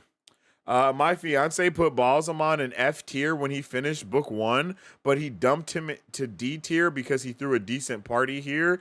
Yeah, I mean, he did throw a good party. I mean, the party was obviously bumping, you know, like people were chilling. It was a vibe. Everyone was having a good time. But, you know, like, damn. Sensei, Balsamon is a leader, not a boss. LOL, he gets his hands dirty. I mean, if you put it that way, I feel you. But bruh's in the trenches. Like, he ain't even in the field. He in the trenches. Like, he's getting he got his grunts together and then actually pulled up. Like, that's not a power move. You're supposed to have all the grunts get together and then send your lackey, you know what I mean? They'd be like, yo, we wanted to talk to the big boss. And it's like, bro, you're not even good enough for the big boss, my G. But I guess they were. I think the mention of half-healed burn scars on Baal-Zaman implies this scene takes place a few days or weeks after Rand fought him at the Eye. Oh, that's a good point. That's a good point. I'm telling you, I'm missing out on key things from not being able to read it while I'm listening to it. I'm missing out on key points. I gotta go back and do it again. Like, I gotta go back and reread it again because I literally feel like I didn't even get any information from it the first time. The one Shinaran dude in the crowd clearly recognized the images of the boys. Yes, I did notice that. So that also tells us roughly when this takes place. Oh yeah, that's true. I didn't know if he noticed the boys or if he noticed that, they look different the same way that the artist formerly known as Boars did. Like, he was definitely like, yo, wait a minute, but that makes sense. I guess he was kind of more like the other guy was like, oh shit. Those are the dudes that was in the end last week. I'm not gonna say anything. Like I like that. I like that. Aren't the Dark Friend socials not? No, maybe I'm tripping. Maybe I made that up. Let me stop. Yeah, but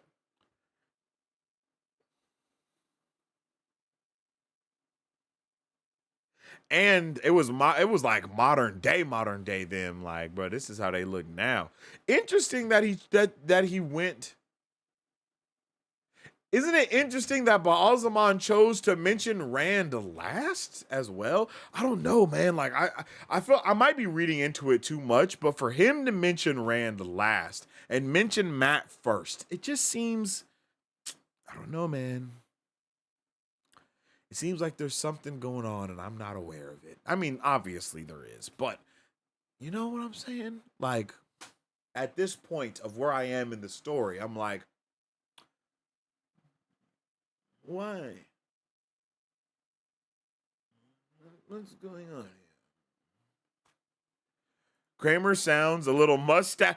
Yo, yes! Yes! Oh my God! That is it completely. He sounds super mustached early. Yo, I could not put my finger on it, but that's it, Marisu. He sounds like yes, yeah, yes. Oh, I don't know. That was just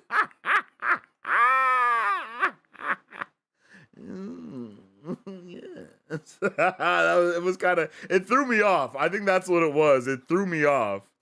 I was like, bro, what's happening? Perhaps, and not perhaps. And I'm not gonna lie, I kind of feel like Baal-Zaman himself is a mustache twirling villain. Like, he's like, yes, Rand, yes. Like, I don't know. Like, that's just the vibes that he's been giving me. Even in book 1, like he thought he was that guy, and then he pulled up on Rand and got schmick-oop-a-top. You know what I mean? And he was like, oh, wait, you got me this time, Perry the Platypus. I don't know, bro. Reminding you the boys are still being hunted. Yeah, and they're being hunted. Like, for real. What did you think about those blank, doll-eyed servants? Okay, that was actually going to be my next question, right? So there were the Midral that have no eyes, and then there were also different servants that also had no eyes, right? And then one of those servants with no eyes was also in a hood and a cloak, kind of like the Midral, but is not a Midral. Am I getting that correct? Because I was a little bit confused about that. I was like, wait. So the eyeless dude is not the eyeless. He is eyeless. Like, the servants aren't the eyeless. They're just eyeless servants, correct? Like, I'm just trying to make sure that that's right.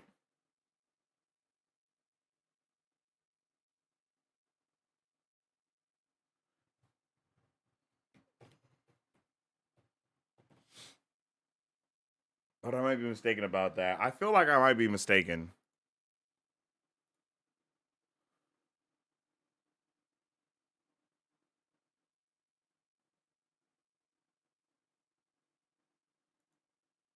Okay, so wait, they have eyes? Wait a minute. Okay, who didn't have eyes? Now I'm confused.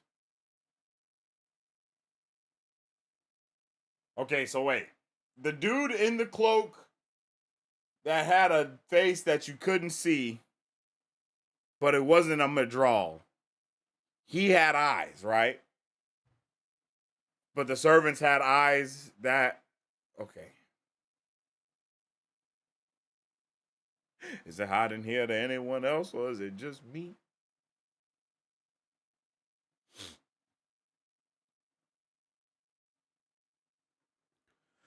The servants have dead eyes that seem more dead than death. Okay, I remember this. I remember the more dead than death.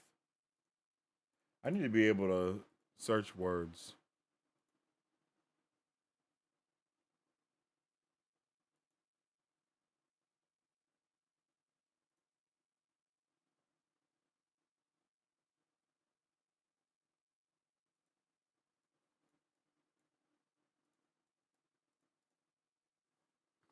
More dead than dead. Oh, I can take like little notes. That's actually pretty peak. Didn't know that.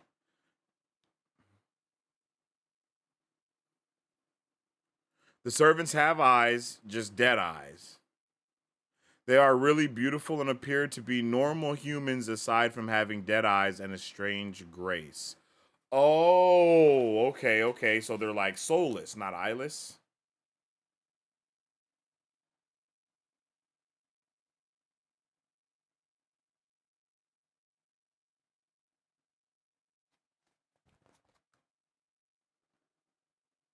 And there were fades present. So there were fades as well as the dark friends, as well as these servants.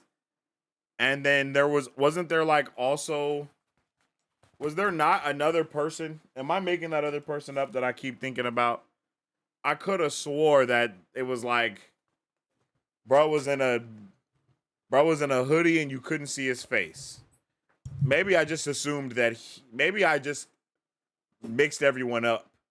Maybe I assumed bro who you couldn't see his face and the servants and the eyeless were all like rocking. I don't know.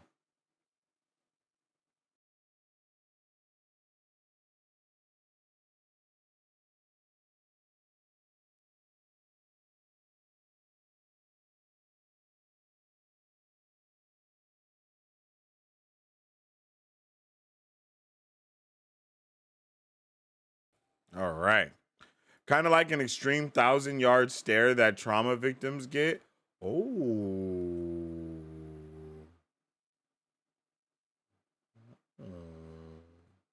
Looking for your first prediction for book 2? Do you think we see boars again in this book? Okay, you want my prediction for book 2? Okay, I'm going to turn my TV brain off. And I am only going to keep my book brain on. So like that, TV brain off, book brain on. Okay, turn the keys. Whoop, same time. All right. So, knowing everything we know, we left off with our boy Rand the Man had whooped ass and took names. And let everybody know what's happening, right?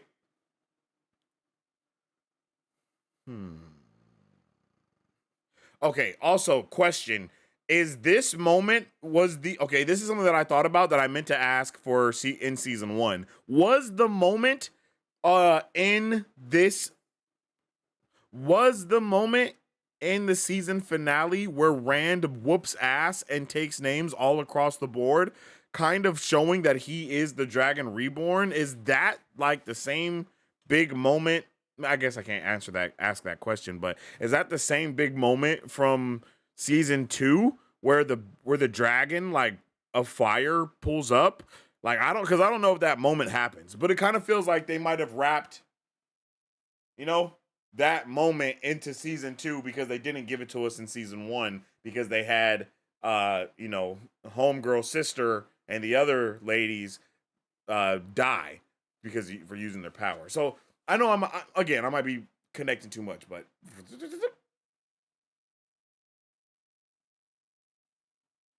so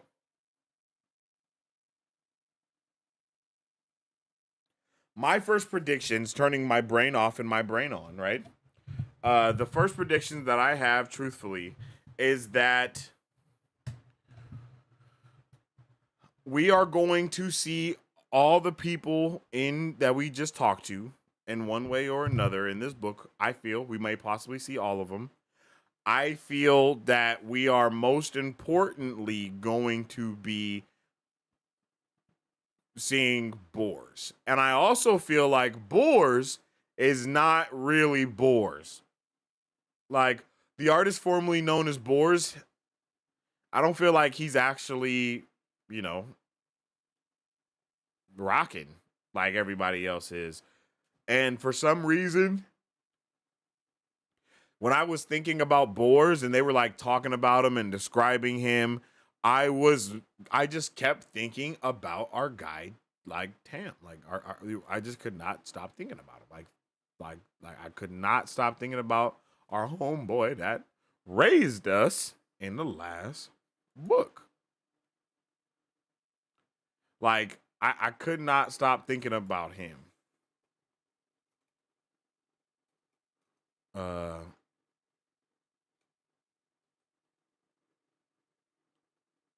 Tom Merlin. Tom Merlin. I could not stop thinking about our boy Tom Merlin. I'm not gonna lie. Like, Boars just kept making me think about Tom Merlin. And then his friend that we met as well. Like, the friend that we met that knew Tom, I thought about him too. So I feel like Boars is gonna turn out to be like another bard. And I feel like these bards are like an Assassin's Creed group type of vibe. I don't know. Like, I'm getting so many vibes from the bard dude that I'm getting so many vibes from all of them. But for some reason, Boars made me think about Tom Merlin and his friend. I don't know why. That's just what I thought about. So I feel like he might not be a bad guy. And Boars didn't seem like he was too bad of a guy either in the prologue. Like, he seemed like an all right guy. That may just be, just, wrong place at the wrong time. But we all know that my temperature check for people in this story has been absolutely terrible, other than Perrin's wife in the show. We know that she's obviously a dark friend.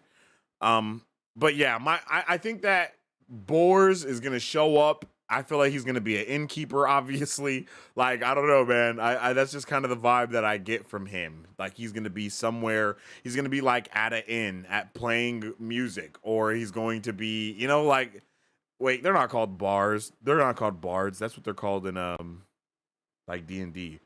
Gleeman. That's what it is. I feel like he's a gleeman, and I feel like there might be like a society of gleemen or something that we get introduced to. I don't know why I feel that way, but I feel like the Gleeman thing matters for some reason, and I feel like my boy Boars knows Gleeman. I don't know why, but I feel like that's what's up with him. And I feel like we're going to see him, and I don't think he's going to be a bad dude. Now, I might be wrong, but that's just kind of the vibe that I'm getting from him at this moment.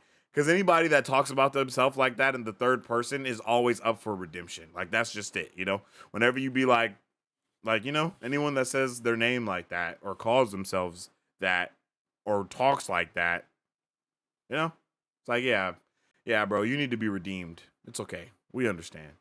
And I think that, the boys are about to be in Tarvalon or Tarvalon.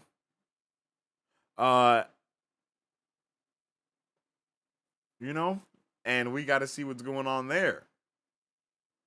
Cause Rand saved everybody at the end of the last book, but for some reason I just don't think the Aes Sedai honestly give a fuck about that. Like, I just don't think they care at all. So I'm thinking that they're gonna either like kidnap him or something, and it's just gonna go down. So I want to see.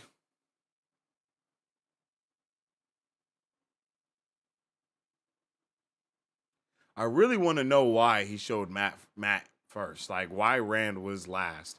Like, these little things are just really bothering me, because it's like, Rand is your arch nemesis.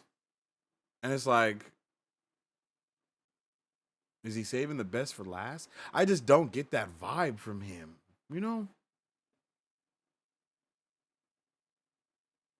I'm starting to feel like my guy Ballsy is just a little too ballsy, you know?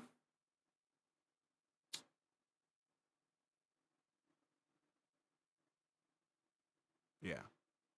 But Matt Perrin and my guy Rand are definitely going to be the focuses. I feel like Matt's name was first because we might be focusing a little bit more on Matt in this book now because we need to focus a little bit more on Matt. Maybe this is the book that Matt starts turning to the dark side a little bit more and Balsamon really starts trying to twist that knife in there and like or twist that dagger for a lack of better words and kind of like get that all going and get that all set up, you know, so we can get that out the way. So we can get that real quick and fast out the way. Like, okay, you know, Balsamon is trying to get bruh. He's gonna get him. All that stuff.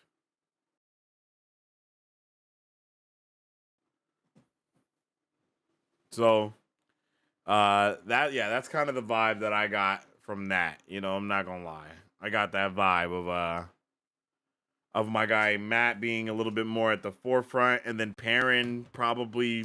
I mean, we talked about him having yellow eyes and how weird it was that he had yellow eyes. So hopefully we get to see a little bit more of that and get more into him being a wolf brother and what that means. I'm trying to be a wolf brother. And trying to figure out why, you know, why he is that. I don't know if maybe we get a little bit more backstory on him because we really don't know shit about Perrin. Perrin's like the only one that had like no parents in this thing at all. So yeah. And then of course Rand. I hope we're still not playing the dumb game of who the hell is the Dragon Reborn. Cause like, bro, we obviously know who the Dragon Reborn is. And that's why I was kind of asking if that moment was the same moment from season 2. Because it feels like that season 2 moment is the moment where Rand is like, I am the Dragon Reborn, and letting it be known to everyone and doing a really large feat of awesomeness, showing people he's the dragon. And I feel like he just did that in book 1 at the end. Like, you know, because, well, people didn't see him, though. They just saw like a figure of light. So I guess I understand. This is why we go back and reread the books 100 times. The information to keep track of piles up quick. Yeah. I agree with that completely. I realized something listening to this that I never paid attention to before, and I've reread more than 10 times. Oh, that's awesome. That's one of the things that I love is when you guys be like, yo, I just heard something new. Like, yeah, let's go. Like, let's go. So who is bored? Wait, those moments are not the same. Thank you, Tal. Who is Bors and how will you identify him? I don't know. You couldn't tell me about anyone's identifying markers at this moment because all that identifying stuff was in the first 15 minutes. And in those first 15 minutes, I could not pay attention the way I wanted to because I was trying to read it. I needed to read what was happening and I couldn't read what was happening. So, yeah, I like I said, I will go back and listen to it again, and I'll probably have a completely different feeling next week when we start this. Bors put on a really interesting outfit as he left the Dark Friends social. Yeah, again, I really don't like any of the descriptive stuff. I was not really there. I wasn't really, my brain couldn't click on to it the same way, like in the way I needed to remember. Like I need to read that. Bors sounds like a Dave, possibly a Bill. Damn. Bors mentioned seeing a couple Aes Sedai at the social. Do you think that means the Black Aja are real? The Black Aja are definitely real. We know the Black Aja was oh no, I guess we were just talking about the Black Aja, right? I guess we were just talking about that in the last book. I don't think we've ever had a confirmation that there is Black Aja yet. But I mean, we see so many Aes Sedai there, so why not? Why wouldn't the Black Aja be real? Like, why wouldn't it be real if the Aes Sedai are there for the Dark Friend? They're witches now. Like, that's it. PvP, point blank period. They are witches. They are no longer Aes Sedai. They are witches.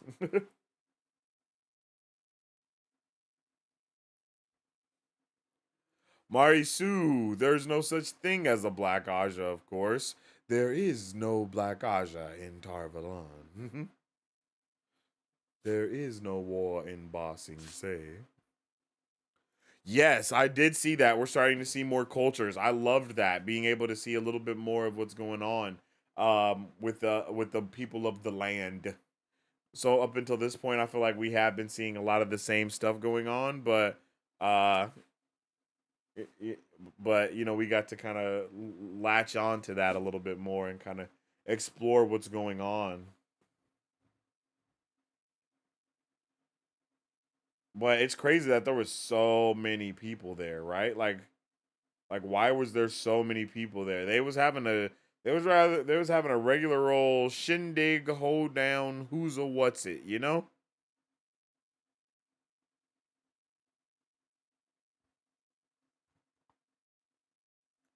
There was no Black Aja in Ba Sing Se. Yeah, bro, for real. What's up with a Lightning Lance? Oh, you got one of them names, huh? Lightning Lance is crazy. Sea Folk, yeah, yep. We saw everybody. I mean, wasn't there like 100 people there? Like 100 people in masks just chilling, vibing?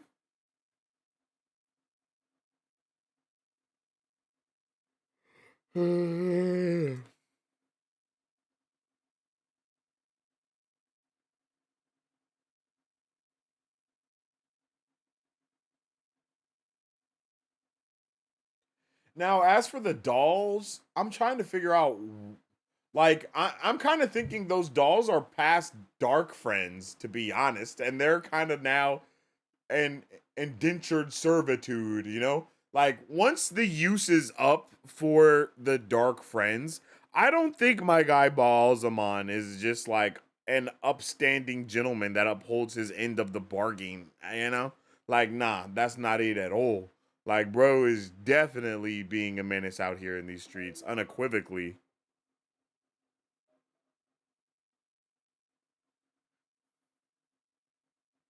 Rand's big realization at the end of Eye of the World was that he can channel.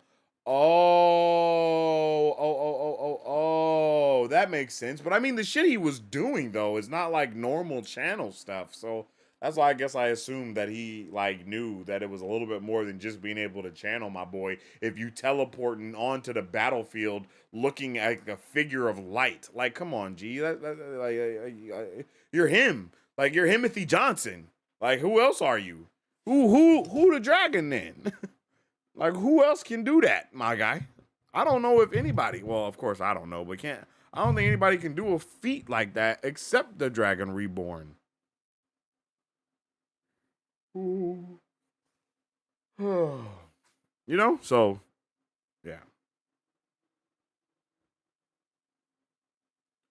What's up, Sensei in chat? Stopping in for a bit. Yo, what's up with it, ACM? How you doing, Akam? I hope you're having a good one, man.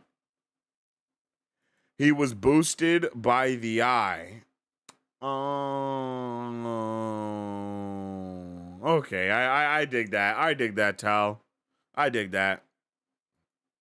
He might be in a little bit of denial. I don't think being juiced up would give you that much juice, right? So that's why I'm like, yeah, you should know that you're him. Timothy Chimney Valet, facts. I feel that. I really like Timothy Chimney Valet and Wonka. Just watched that recently. Just wanted to say that real quick. But circling back, yeah, I want to know what's going on with the Aja.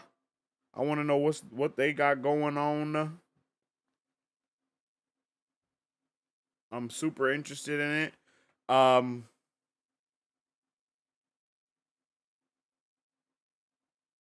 Yeah, we're gonna have to go back and definitely reread, rewatch, re-go through so we can be on point with all the things and stuff. For real. But I think that was an awesome prologue, an awesome start to this book. Definitely got me ready to get into it. I think there's a lot more stuff to come with this story. And I'm excited. I'm really excited to get into it all. I'm not gonna lie to you. No one really told Rand the limits of channeling, so he doesn't really know if what he did was normal or not. Bruh. Bruh, come on, G. What? Bro, come on. Teleporting onto the battlefield and single-handedly, like, winning the battle like that? Bruh, the denial is a river. You dig what I'm saying? Like, that's what that is, bro. Like if one of my boys was like, hey, bruh, you know that war we was just fighting? And you know how them people said that they seen a figure of light and it helped them? That figure of light was me, my boy. Damn. My question would not be what you can channel. My question would be, bro, are you the freaking Dragon Reborn? Like, that's you, right? Like, what?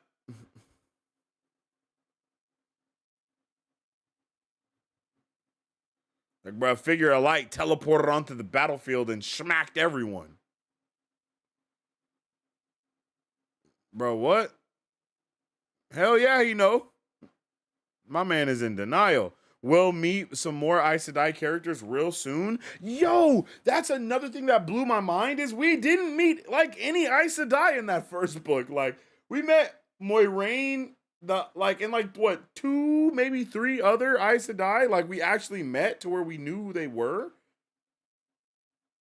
Maybe 2 others, because I know one was the queen's like right hand person. I'm pretty sure she was an Aes Sedai, and then there was someone else, I think. It's like, bro, what? Like, wow. Really lets you know how rare they actually are. Like, they didn't feel super, like, it didn't feel rare to see them in the show by any means. But in the book, it's like, bro, we've seen 3 of them. Like, we've seen 3 of them, like, legit.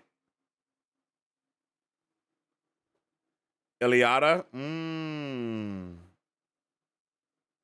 Okay. Yeah.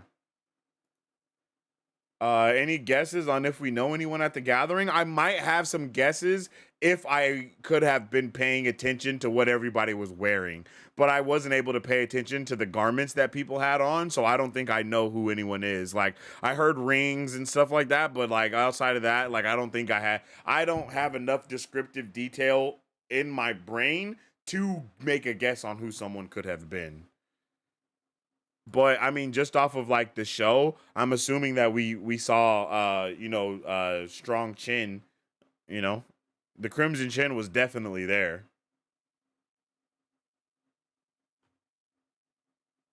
The Crimson Chin was for show there. I don't think we saw, yeah, at the most, I think it's just the Crimson Chin. Oh, and maybe evil sea lady that kidnaps my boy Loyal. Because I know wasn't there sea folk there? I'm pretty sure there were sea folk there. I don't know why I just went super country.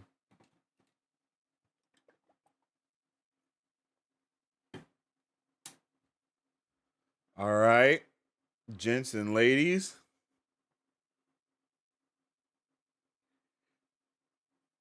I had an awesome time with the prologue, and now it is time to get into the massive season 3 teaser breakdown and secrets from unraveling the pattern. I'm really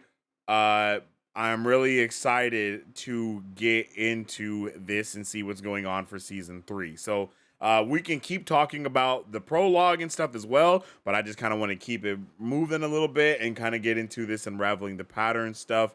And checking out the season 3 teaser and having some of those breakdowns. I hope this isn't spoilery.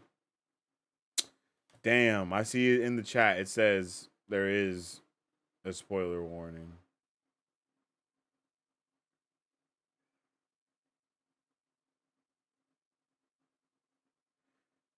Okay, I'm nervous now. Has anyone, if you've watched the Unraveling the Pattern massive season 3 teaser breakdown and secrets, can you please type a 1 in the chat if there's no spoilers and a 2 in the chat if there are spoilers?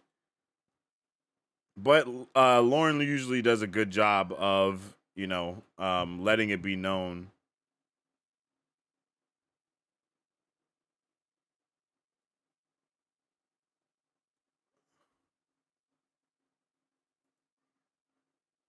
Usually he does a good job of letting it be known, like, yo, this is super spoilery.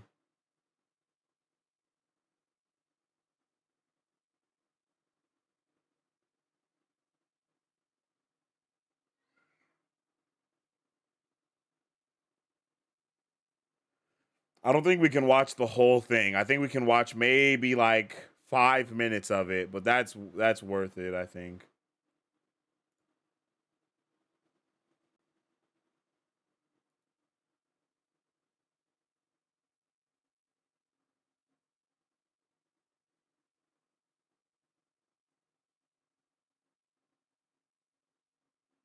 Yeah.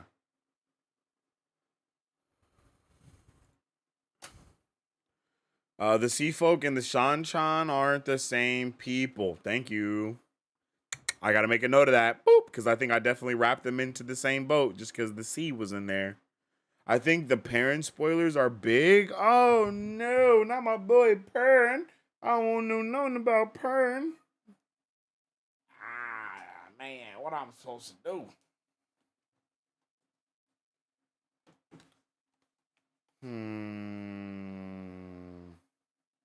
Damn.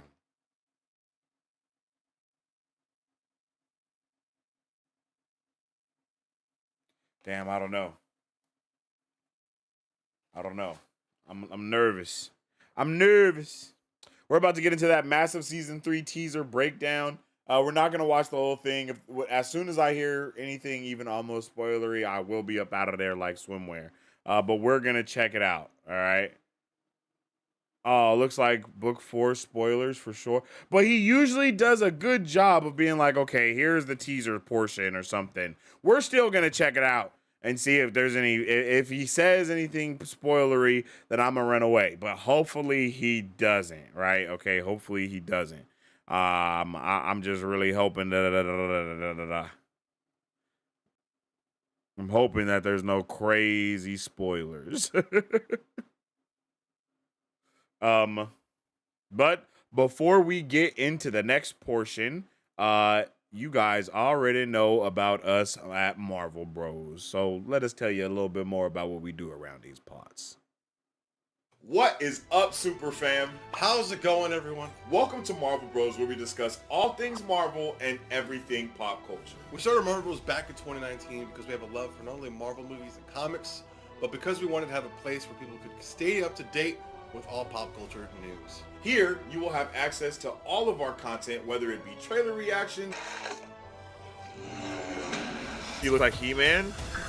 Oh! And most importantly,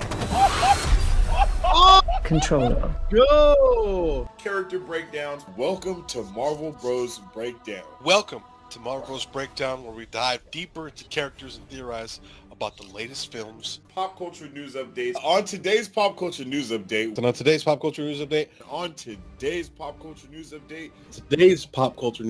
Or movie reviews. We love to have open discussions here on the channel, so feel free to join us when we go live. Battle Cove, I like that Kang's motives are understandable in the same way Thanos' motives were. That's exactly what we're saying. That was pretty awesome. Well. Or jump in the comment section of a trailer reaction or breakdowns so we can theorize, converse, and nerd out. Follow us on social media at Marvel Bros to stay up to date with the latest news, rumors, content, and more. You can also join our Discord, where we are constantly having conversations pertaining to Marvel, DC, Star Wars, anime, and everything pop culture. All of our past pop culture news updates are available wherever you listen to podcasts at. If you guys would like to support Marvel Bros, all you gotta do is visit our website at www.marvelbros.com and buy some merch. Represent the superfan. To get early access to content, patron-only scoops, giveaways, private Q&As, and those sacred watch parties. All right, ladies and gents. Let's get it cracking. I definitely appreciate all of y'all dudes and dudettes. I'm trying to get the Patreon. We're gonna get the Patreon back up and moving. So definitely go over there, check it out, become a Patreon. There will be a whole bunch more stuff happening on the Patreon. Alrighty. Patreon.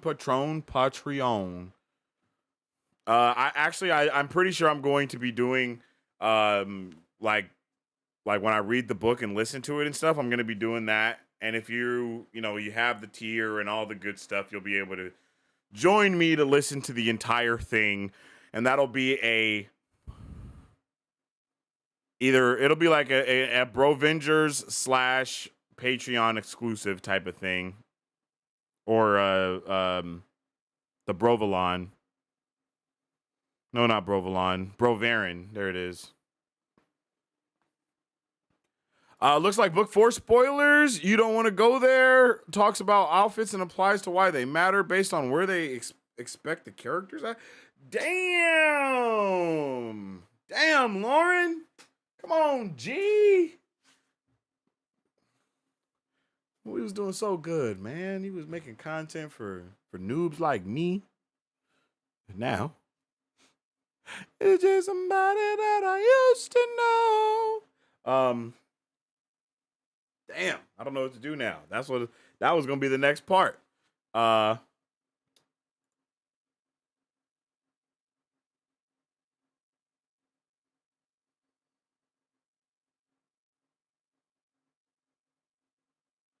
Damn.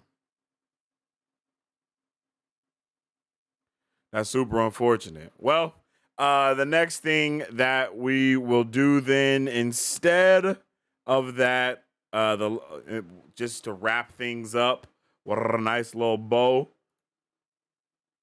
Let me move some stuff around. Move some stuff over. I found this oh,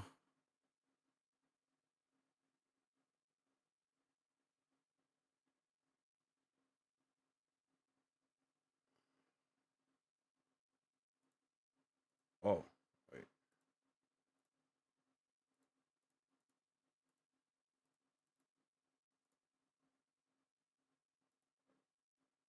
There we go.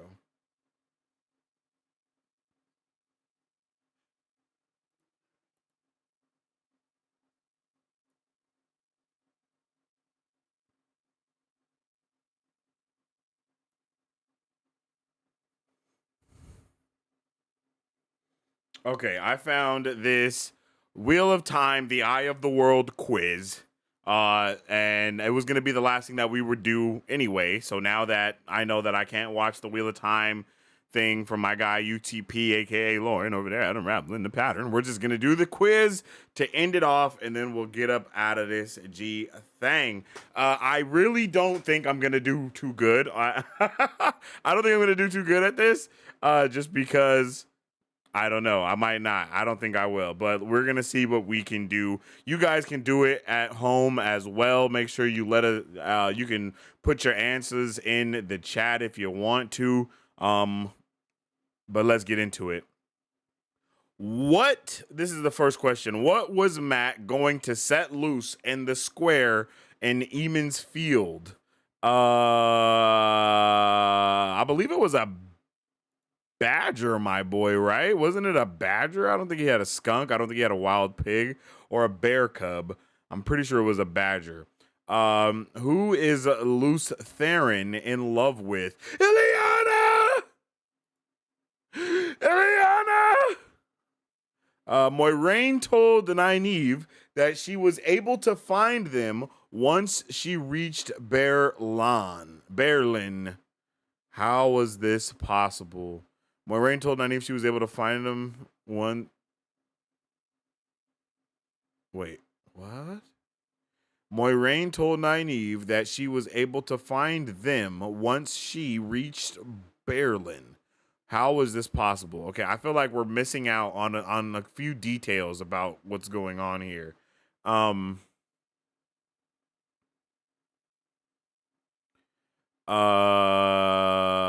They they had not tried to hard enough to cover their tracks. She had a connection with those she had healed. The man at the gate had not kept his word and told her he had seen them.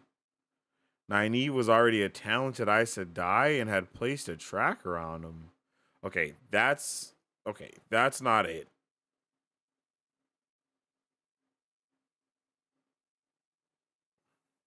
So what I thought this question was talking about the coin. Like that's what I thought the answer would be, the coin, right?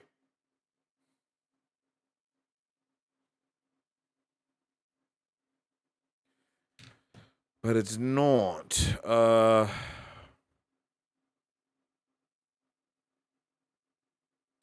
don't know. I think I need a hint on this one. Okay, that's a stupid way to give a hint. Don't take off the answers. Just, well, now I know what answer it is. I mean, I don't like that. South of Eamon's Field lies a river they call the White River. People in the east call it the Main Thirndrel. The name is Old Tongue and means waters of the mountain home. True or false? Holy shit. I don't know.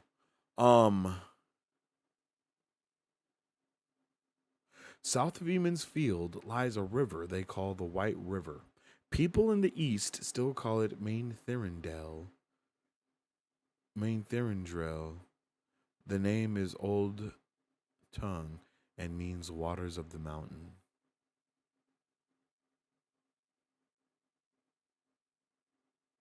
Like, that shit sound true, but I don't know if it is.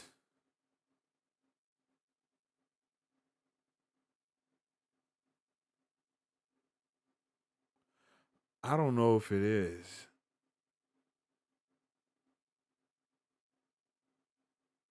It seems believable, right? We'll circle back to number 4. How many dark friends did Matt and Rand interact with after Whitebridge? But before they reached Camelin? Whoa, I don't know that at all. After Whitebridge, before Camelin. Which one was Whitebridge? Where was Whitebridge at? Oh. Okay, so I think Whitebridge was...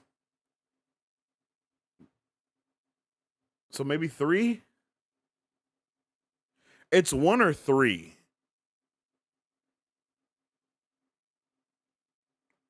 Whitebridge is where Tom died?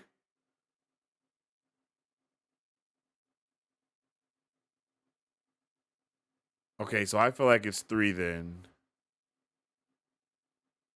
Because it was... Yeah, right? Because after Tom died, they had Mommy Dearest,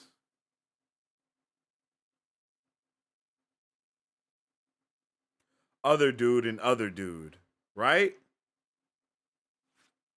Yeah, I think it's 3. I think it's 3. I'm pretty confident about that answer, but it might be wrong. I feel like it's 3, but I can't remember exactly.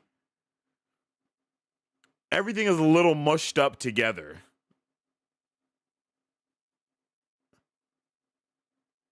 Which is not a name for a Madral. Damn, I don't know. Okay, Black Man is crazy. I don't think Black Man is the name.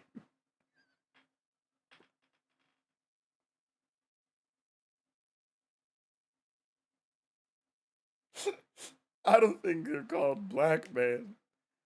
I just think they're called Black Man. Bro. A fade, yes. A half man. I thought half mans were Trollocs. No?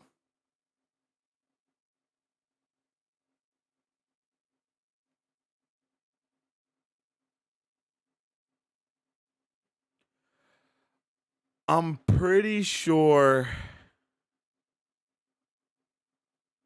Okay, I need a hint. Damn. No, wait, I knew. Wait, damn. All right, we going with Black Man because that's just a crazy name, bro. I just don't think that's it. What was the original name of Shadar Logoth? Oh, I don't remember. Eridol? Eridol actually sounds mad familiar for some reason. Ruidian? I'm going with Eridol. I don't know why, but Eridol is speaking to me. If that's not the answer, then damn. What are the two evils that reside in Shadar Logoth? What the hell?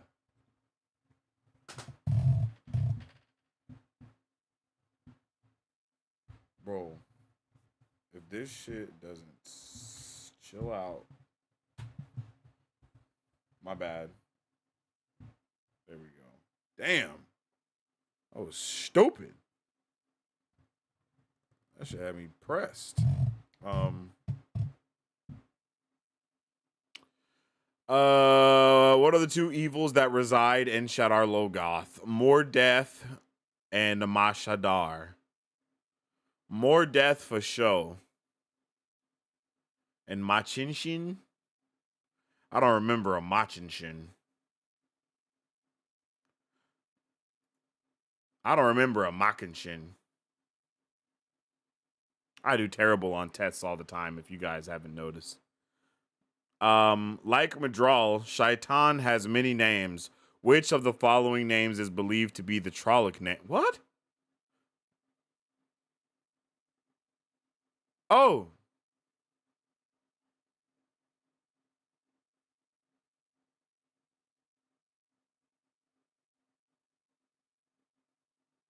Damn, we just found this out in the prologue. Damn it.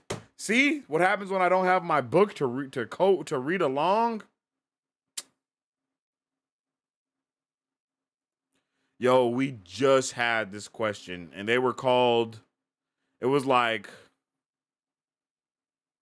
is Baalzamon the name that they call him? But his real name is like, oh, shit.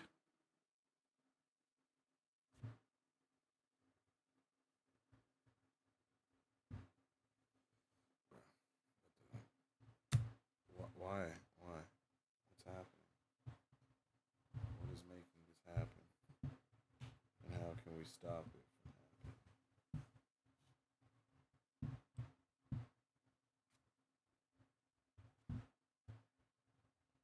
I don't know what's going on. Shit is making me mad. It's making me angry. Okay. Shaitan has many names. Which of the following? I feel like Baalzamon is the name, y'all. Am I wrong? Fuck, man. See, I needed to read while I was listening today.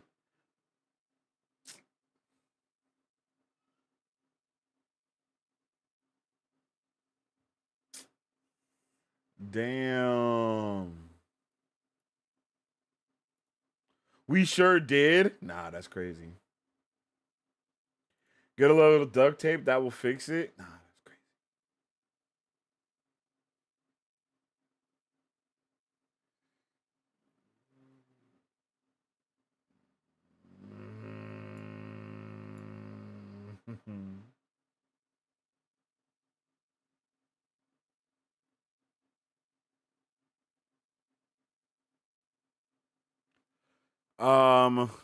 Give me a hint. Okay, it is Baalzamon. I knew it. Saying the Dark One's true name, Shaitan, does what? I don't know. I feel like I heard someone say saying his name draws his attention, but I don't know if that's true. It doesn't do this. It doesn't do this. I think they think that it draws his attention, but I don't think it really does anything at all. But I'm going to go with draws his attention. What is the name of the basic military unit of Trollocs?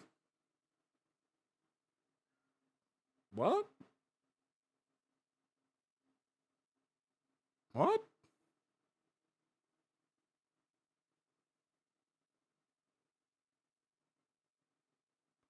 I don't even know if I ever found this answer out. You get 3 hints per quiz. You son of a bitch. Why didn't you tell me that? I got 25 questions. What is the name of a basic military unit of Trollocs? A fade is the dude. Tabac is the Baco. Arm is what I got. And a fist is a crazy. It's called fist because Robert Jordan was wildin'. So he'll be like, yo, a fisting of Trollocs. That sounds like something Robert Jordan-y.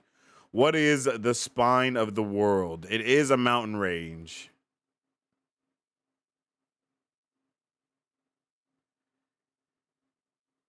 Hint.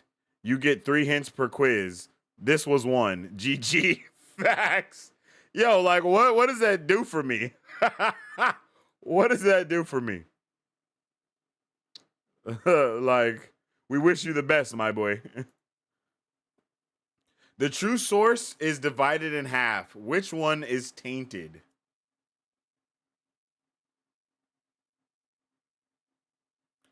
This is ass because I always forget which is which.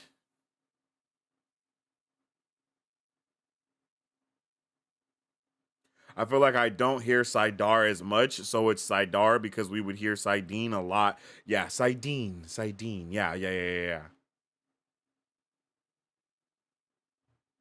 How many months are in the Faraday calendar? What the hell? Why the fuck would I know that? Bruh. This is a trivia thing. This isn't even a do you remember? This is a how many times have you read the book? How many months are there in Faraday calendar, the calendar in current use? We have 12 years. What? We have 12 months in ours. So I just feel like theirs is either 13 or 11.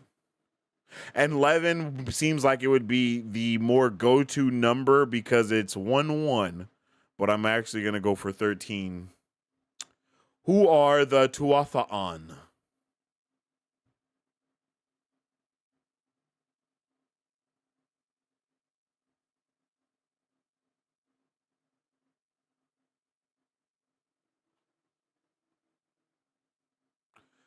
It's not a group of dark friends. It's not a tribe-like clan of Trollocs, and it's not the ancient name for warders. So it's the, but is it wandering folk? Because I thought the Tuatha'an.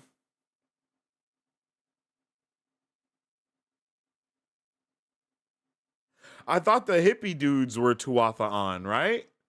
Aren't the,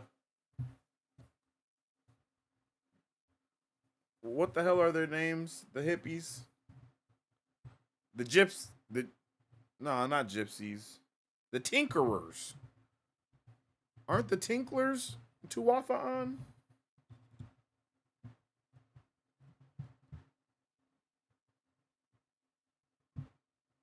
And I think the tinkerers are also wandering folks. So I'm just going to go with that one.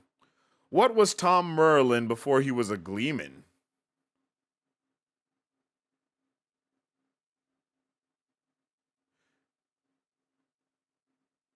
I have not read the glossary yet. Marisu. That's my bad. What was Tom Merlin before he was a gleeman? I definitely don't know. I thought he's always been a gleeman, my boy.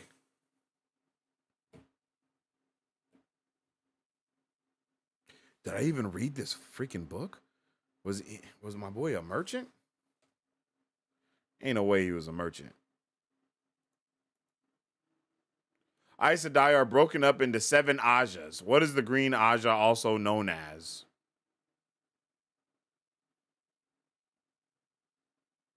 So the black Aja are the bad ones. The brown Aja are the ones that seek knowledge. And the battle Aja are the red ones. Yeah, I did say tinklers. I did. And I said tinklers on purpose. Yes, I know it's tinkerers. How did Rand come to be within the palace walls? Fell off on the wrong side. Yeah. He met Elaine Gawain in the city, and they invited him back to the palace. Nah. He fell in there. Trollocs attacked Eamon's Field on Winter Night.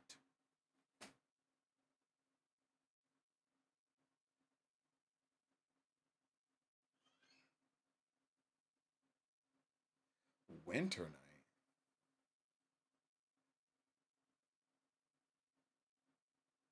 I don't know. I think that's wrong. Because their festival was called something else, and it definitely wasn't called Winter Night, right? Was it called Winter Night? That just sounds like...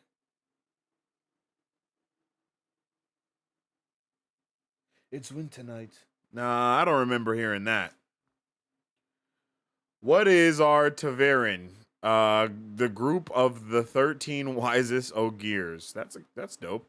Name of the dead army found in the Blight. Okay. The name of given to those warders who deserted their Aes Sedai to serve the Dark One. What? That happened? Did this happen? Did people desert their... How is that even possible? I mean, I know it's a person whom the wheel weaves around, but is this possible?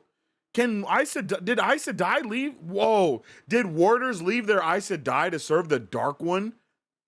Whoa, that's crazy if so. That's crazy if so. What is Drakkar?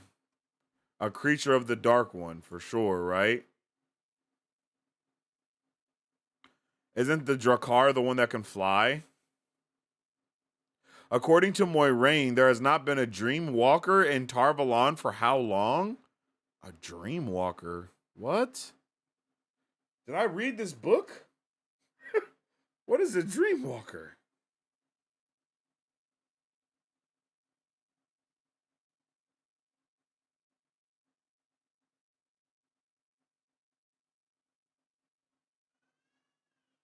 A Dream Walker? We're going to go with since the breaking of the world. I think that's wrong, but it sounds awesome.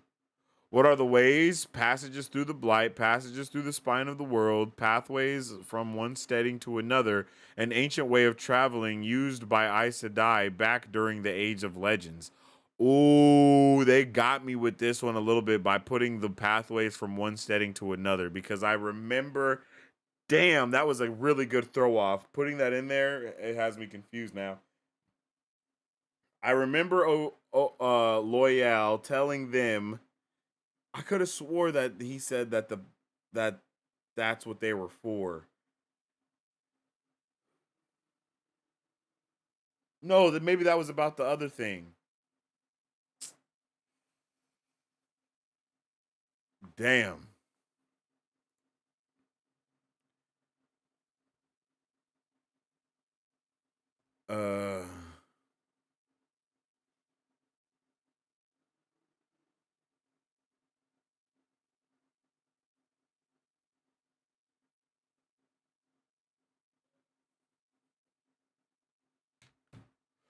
Who was found climbing the walls of Faldara?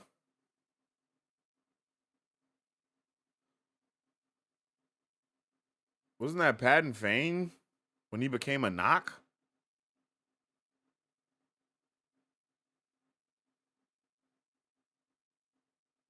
Who were the two Forsaken the group met after they exit the Eye of the World?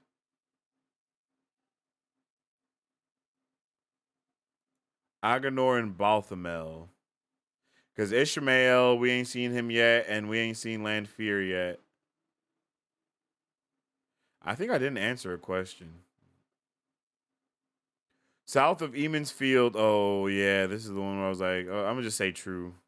I probably got a 0 on this test. All right, let's see.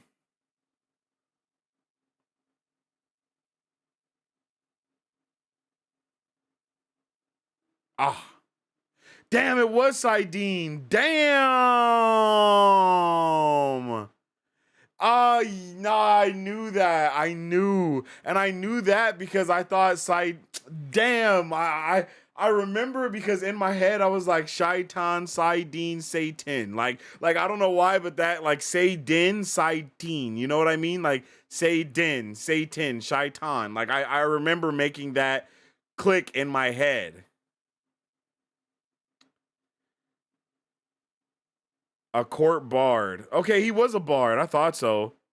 The battle Aja. Why did I think that they were the healing Aja?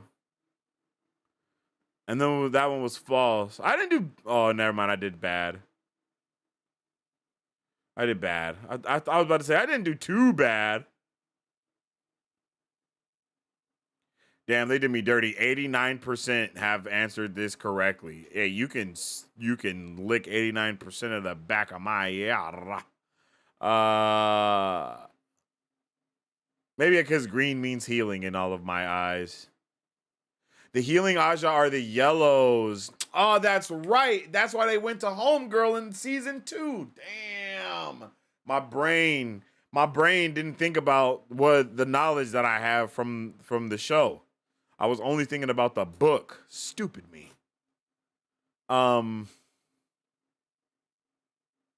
They're always on go. That's why they're the battle Aja. That's why the greens are the battle Aja. And that's what Homegirl is. And she got the 2 warders that be with the shit. Damn.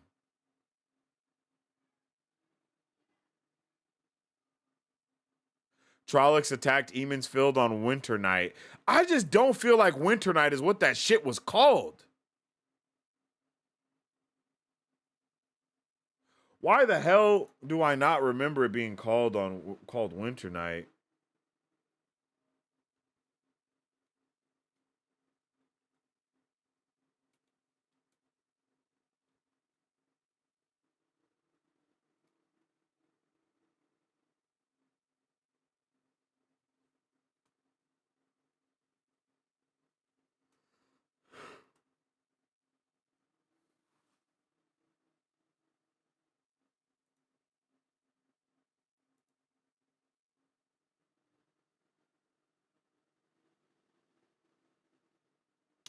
Bruh, I do not remember that shit being called the Winter Night. I'm not gonna lie to you. I feel like there's a super different name for that, bro. I feel like I've never heard Winter Night for some reason. They're just too similar. I always get them confused. Yeah, super stupid. Green is health bar. Winter Night was the title of that chapter. Oh.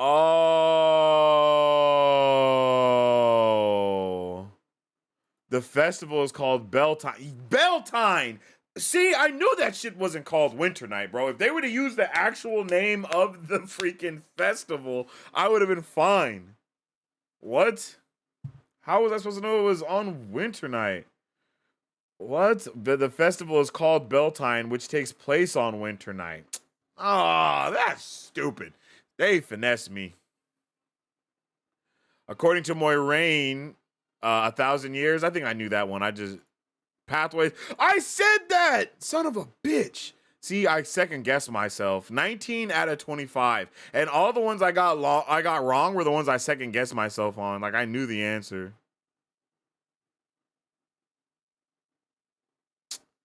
Damn. I guess I still got an A, though. But damn. Did I get an A? No, I got a B, right? I think I got a B.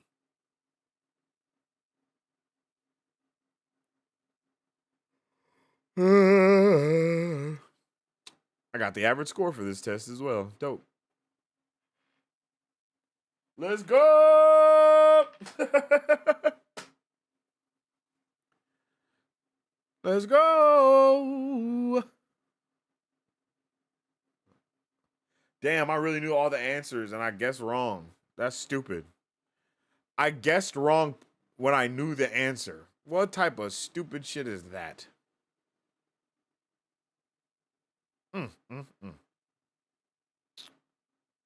76%? Shut up! Don't do me like that. I didn't ask you. Nobody asked you. Nobody asked you.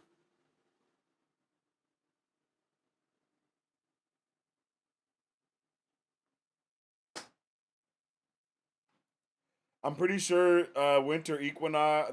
I'm pretty sure winter What is night up, is supposed super to fam? be. How's Oh my it going, god. everyone? Oh Welcome to my Marvel Bros.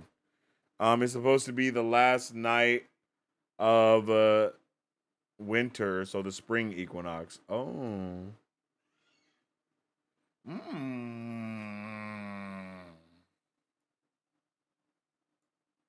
That's pretty nifty.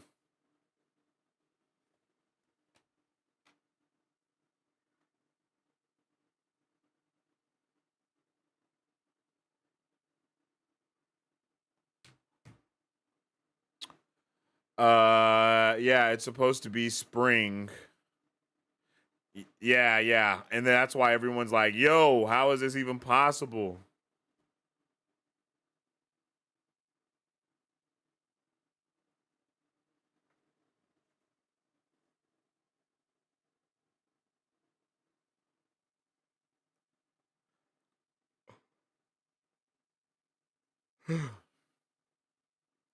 That's why they're upset. Nynaeve was predicting the cold weather and poor crops they still had.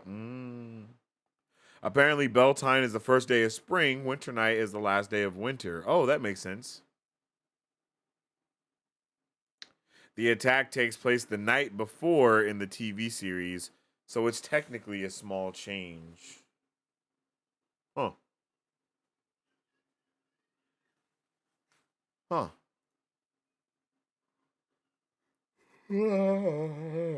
Whoa.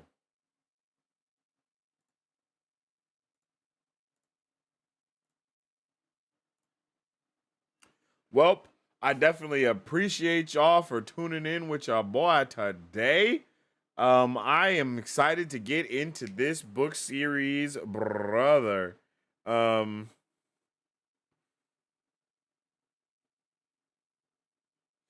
I'm super excited to get into this book series. I think we're about to be cooking with Crisco. I think everything is about to be so much fun. I'm really excited. Any thoughts or ideas that you guys have about how we can do book club? Don't hesitate to drop them in the comments. KP, if you can, drop the timestamps on this video after it's done, and I'll go back and add it all up in there and whatnot.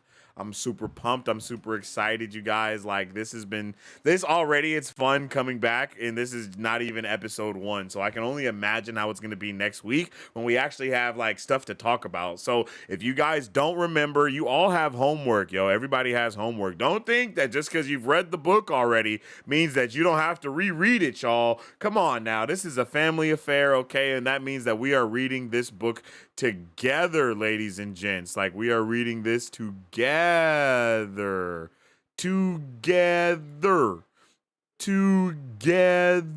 You feel me? Bam.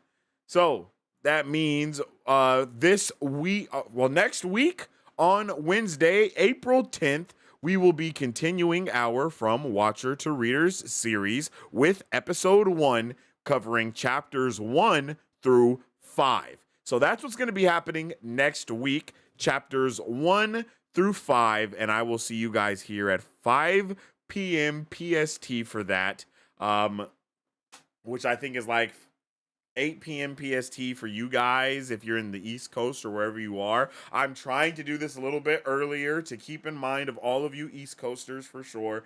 I definitely want to, show you guys love. You guys are awesome. You guys deserve to be here too. So I think 5 o'clock is a good time to do it at. And I'm really excited to continue this I'm so excited to continue this series. Season 2 is starting off with a banger of a prologue, and it's about to be so awesome. I'm about to go through everything. You know what I mean? I don't know if I'm going to be able to commit to Kramer. I'm going to try. I don't know if I can return audiobooks. I know that sounds so bad, but I'm just not a fan of the Kramer. I just wasn't the biggest fan of. I can't say that I'm not a fan. I'm saying I'm not as big a fan of the Kramer version as I am of Rosamund Pike. Like, she definitely put her heart and soul into that. And I think that he did too, but I feel like I just resonate with hers a little bit more. So I might have to just go back to the Rosamund Pike one. I'm probably going to. I'm not gonna lie, because I just really wasn't like, I'll probably listen to it for Rosamund Pike, and then whenever we do the do it here and we talk about it, I'll do the Kramer version for you guys. But so many people would come in and just talk about how awesome it was to hear Rosamund Pike's rendition of it. So I'm probably gonna just stick to Rosamund Pike, and then if you guys ever want to hear the Kramer version of it, then I'll listen to the Kramer version. But I think I'm gonna stick to where it's good at for me, and that's with Our Lady Rosamund Pike. So I'm excited to kind of rock with that and keep it going. I'm sorry if that hurts anybody's feelings. I definitely apologize, but I'm excited to keep it going and get back into From Watcher to Reader Season 2, Episode 1 next week, where we will be covering chapters 1 through 5. I'm pumped, you guys. Like, I am so pumped, and I hope you guys are just as excited as I am, because it's about to go up, down, left, right, and side to side. If you guys don't know, later on tonight we will be coming back to do our watch party and review for the season finale of Invincible. I am an episode behind, so I believe we'll be doing a 2-episode. Now, I think I might watch it off stream and then just go back and then upload it later and then just add it to the playlist or something. I'm not sure, but we'll see. So we're going to be checking out Invincible. We might be doing it for 2 hours now that I'm thinking about it. So maybe around 10 o'clock we'll be watching Invincible. 10:30 maybe. Yeah, 10:30 we'll be watching Invincible episode 7. So we can finish it off with episode 8 tonight. We've also been doing our X-Men 97 watch party. So if you guys haven't been tuning into those, you can definitely check those out there on the channel. All the playlists are going to be in the playlist section of our YouTube. So go over there, check it out, and see what's popping. This will also be added into its own playlist for From Watcher to Reader Season 2. So you guys will be able to have this more concisely consolidated away from the other content here on Marvel Bros. And yeah, I hope everyone is ready to get it going, get it rocking, get it rolling, and all the things in between. You guys have been awesome today, and I'm just definitely gonna let you guys know. Don't forget to go and get you some of that Dom's Bomb gourmet popcorn, where the popcorn is always bomb and made by Dom. And you can also check out get you some Glitch Energy when you use code VANE on glitchenergy.com to get 20% off. I know that says 10, but it's 20% off now. So go and get you some Glitch so you can get that energy rocking and rolling for all your ladies and dudes and lasses. And yeah, you guys have been amazing today, tonight, and all the other things to say. And I hope everyone has a Vane-tastic rest of their day. If you haven't already, make sure you follow us on social media at Marvel Bros to save the day with all things Marvel and everything pop culture.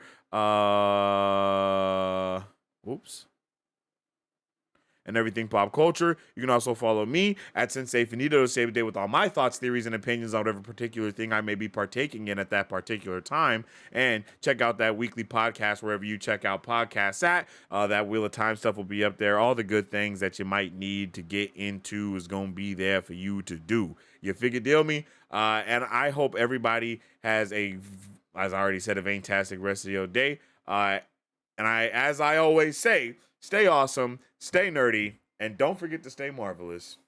Excelsior. If you guys would like to support Marvel Bros, all you gotta do is visit our website at www.marvelbros.com and buy some merch. Represent the superfan. Or you can join our Patreon to get early access to content, patron-only scoops, giveaways, private Q&As, and those sacred watch parties. We appreciate you guys. We'll catch you later. Excelsior. On today's pop culture news update.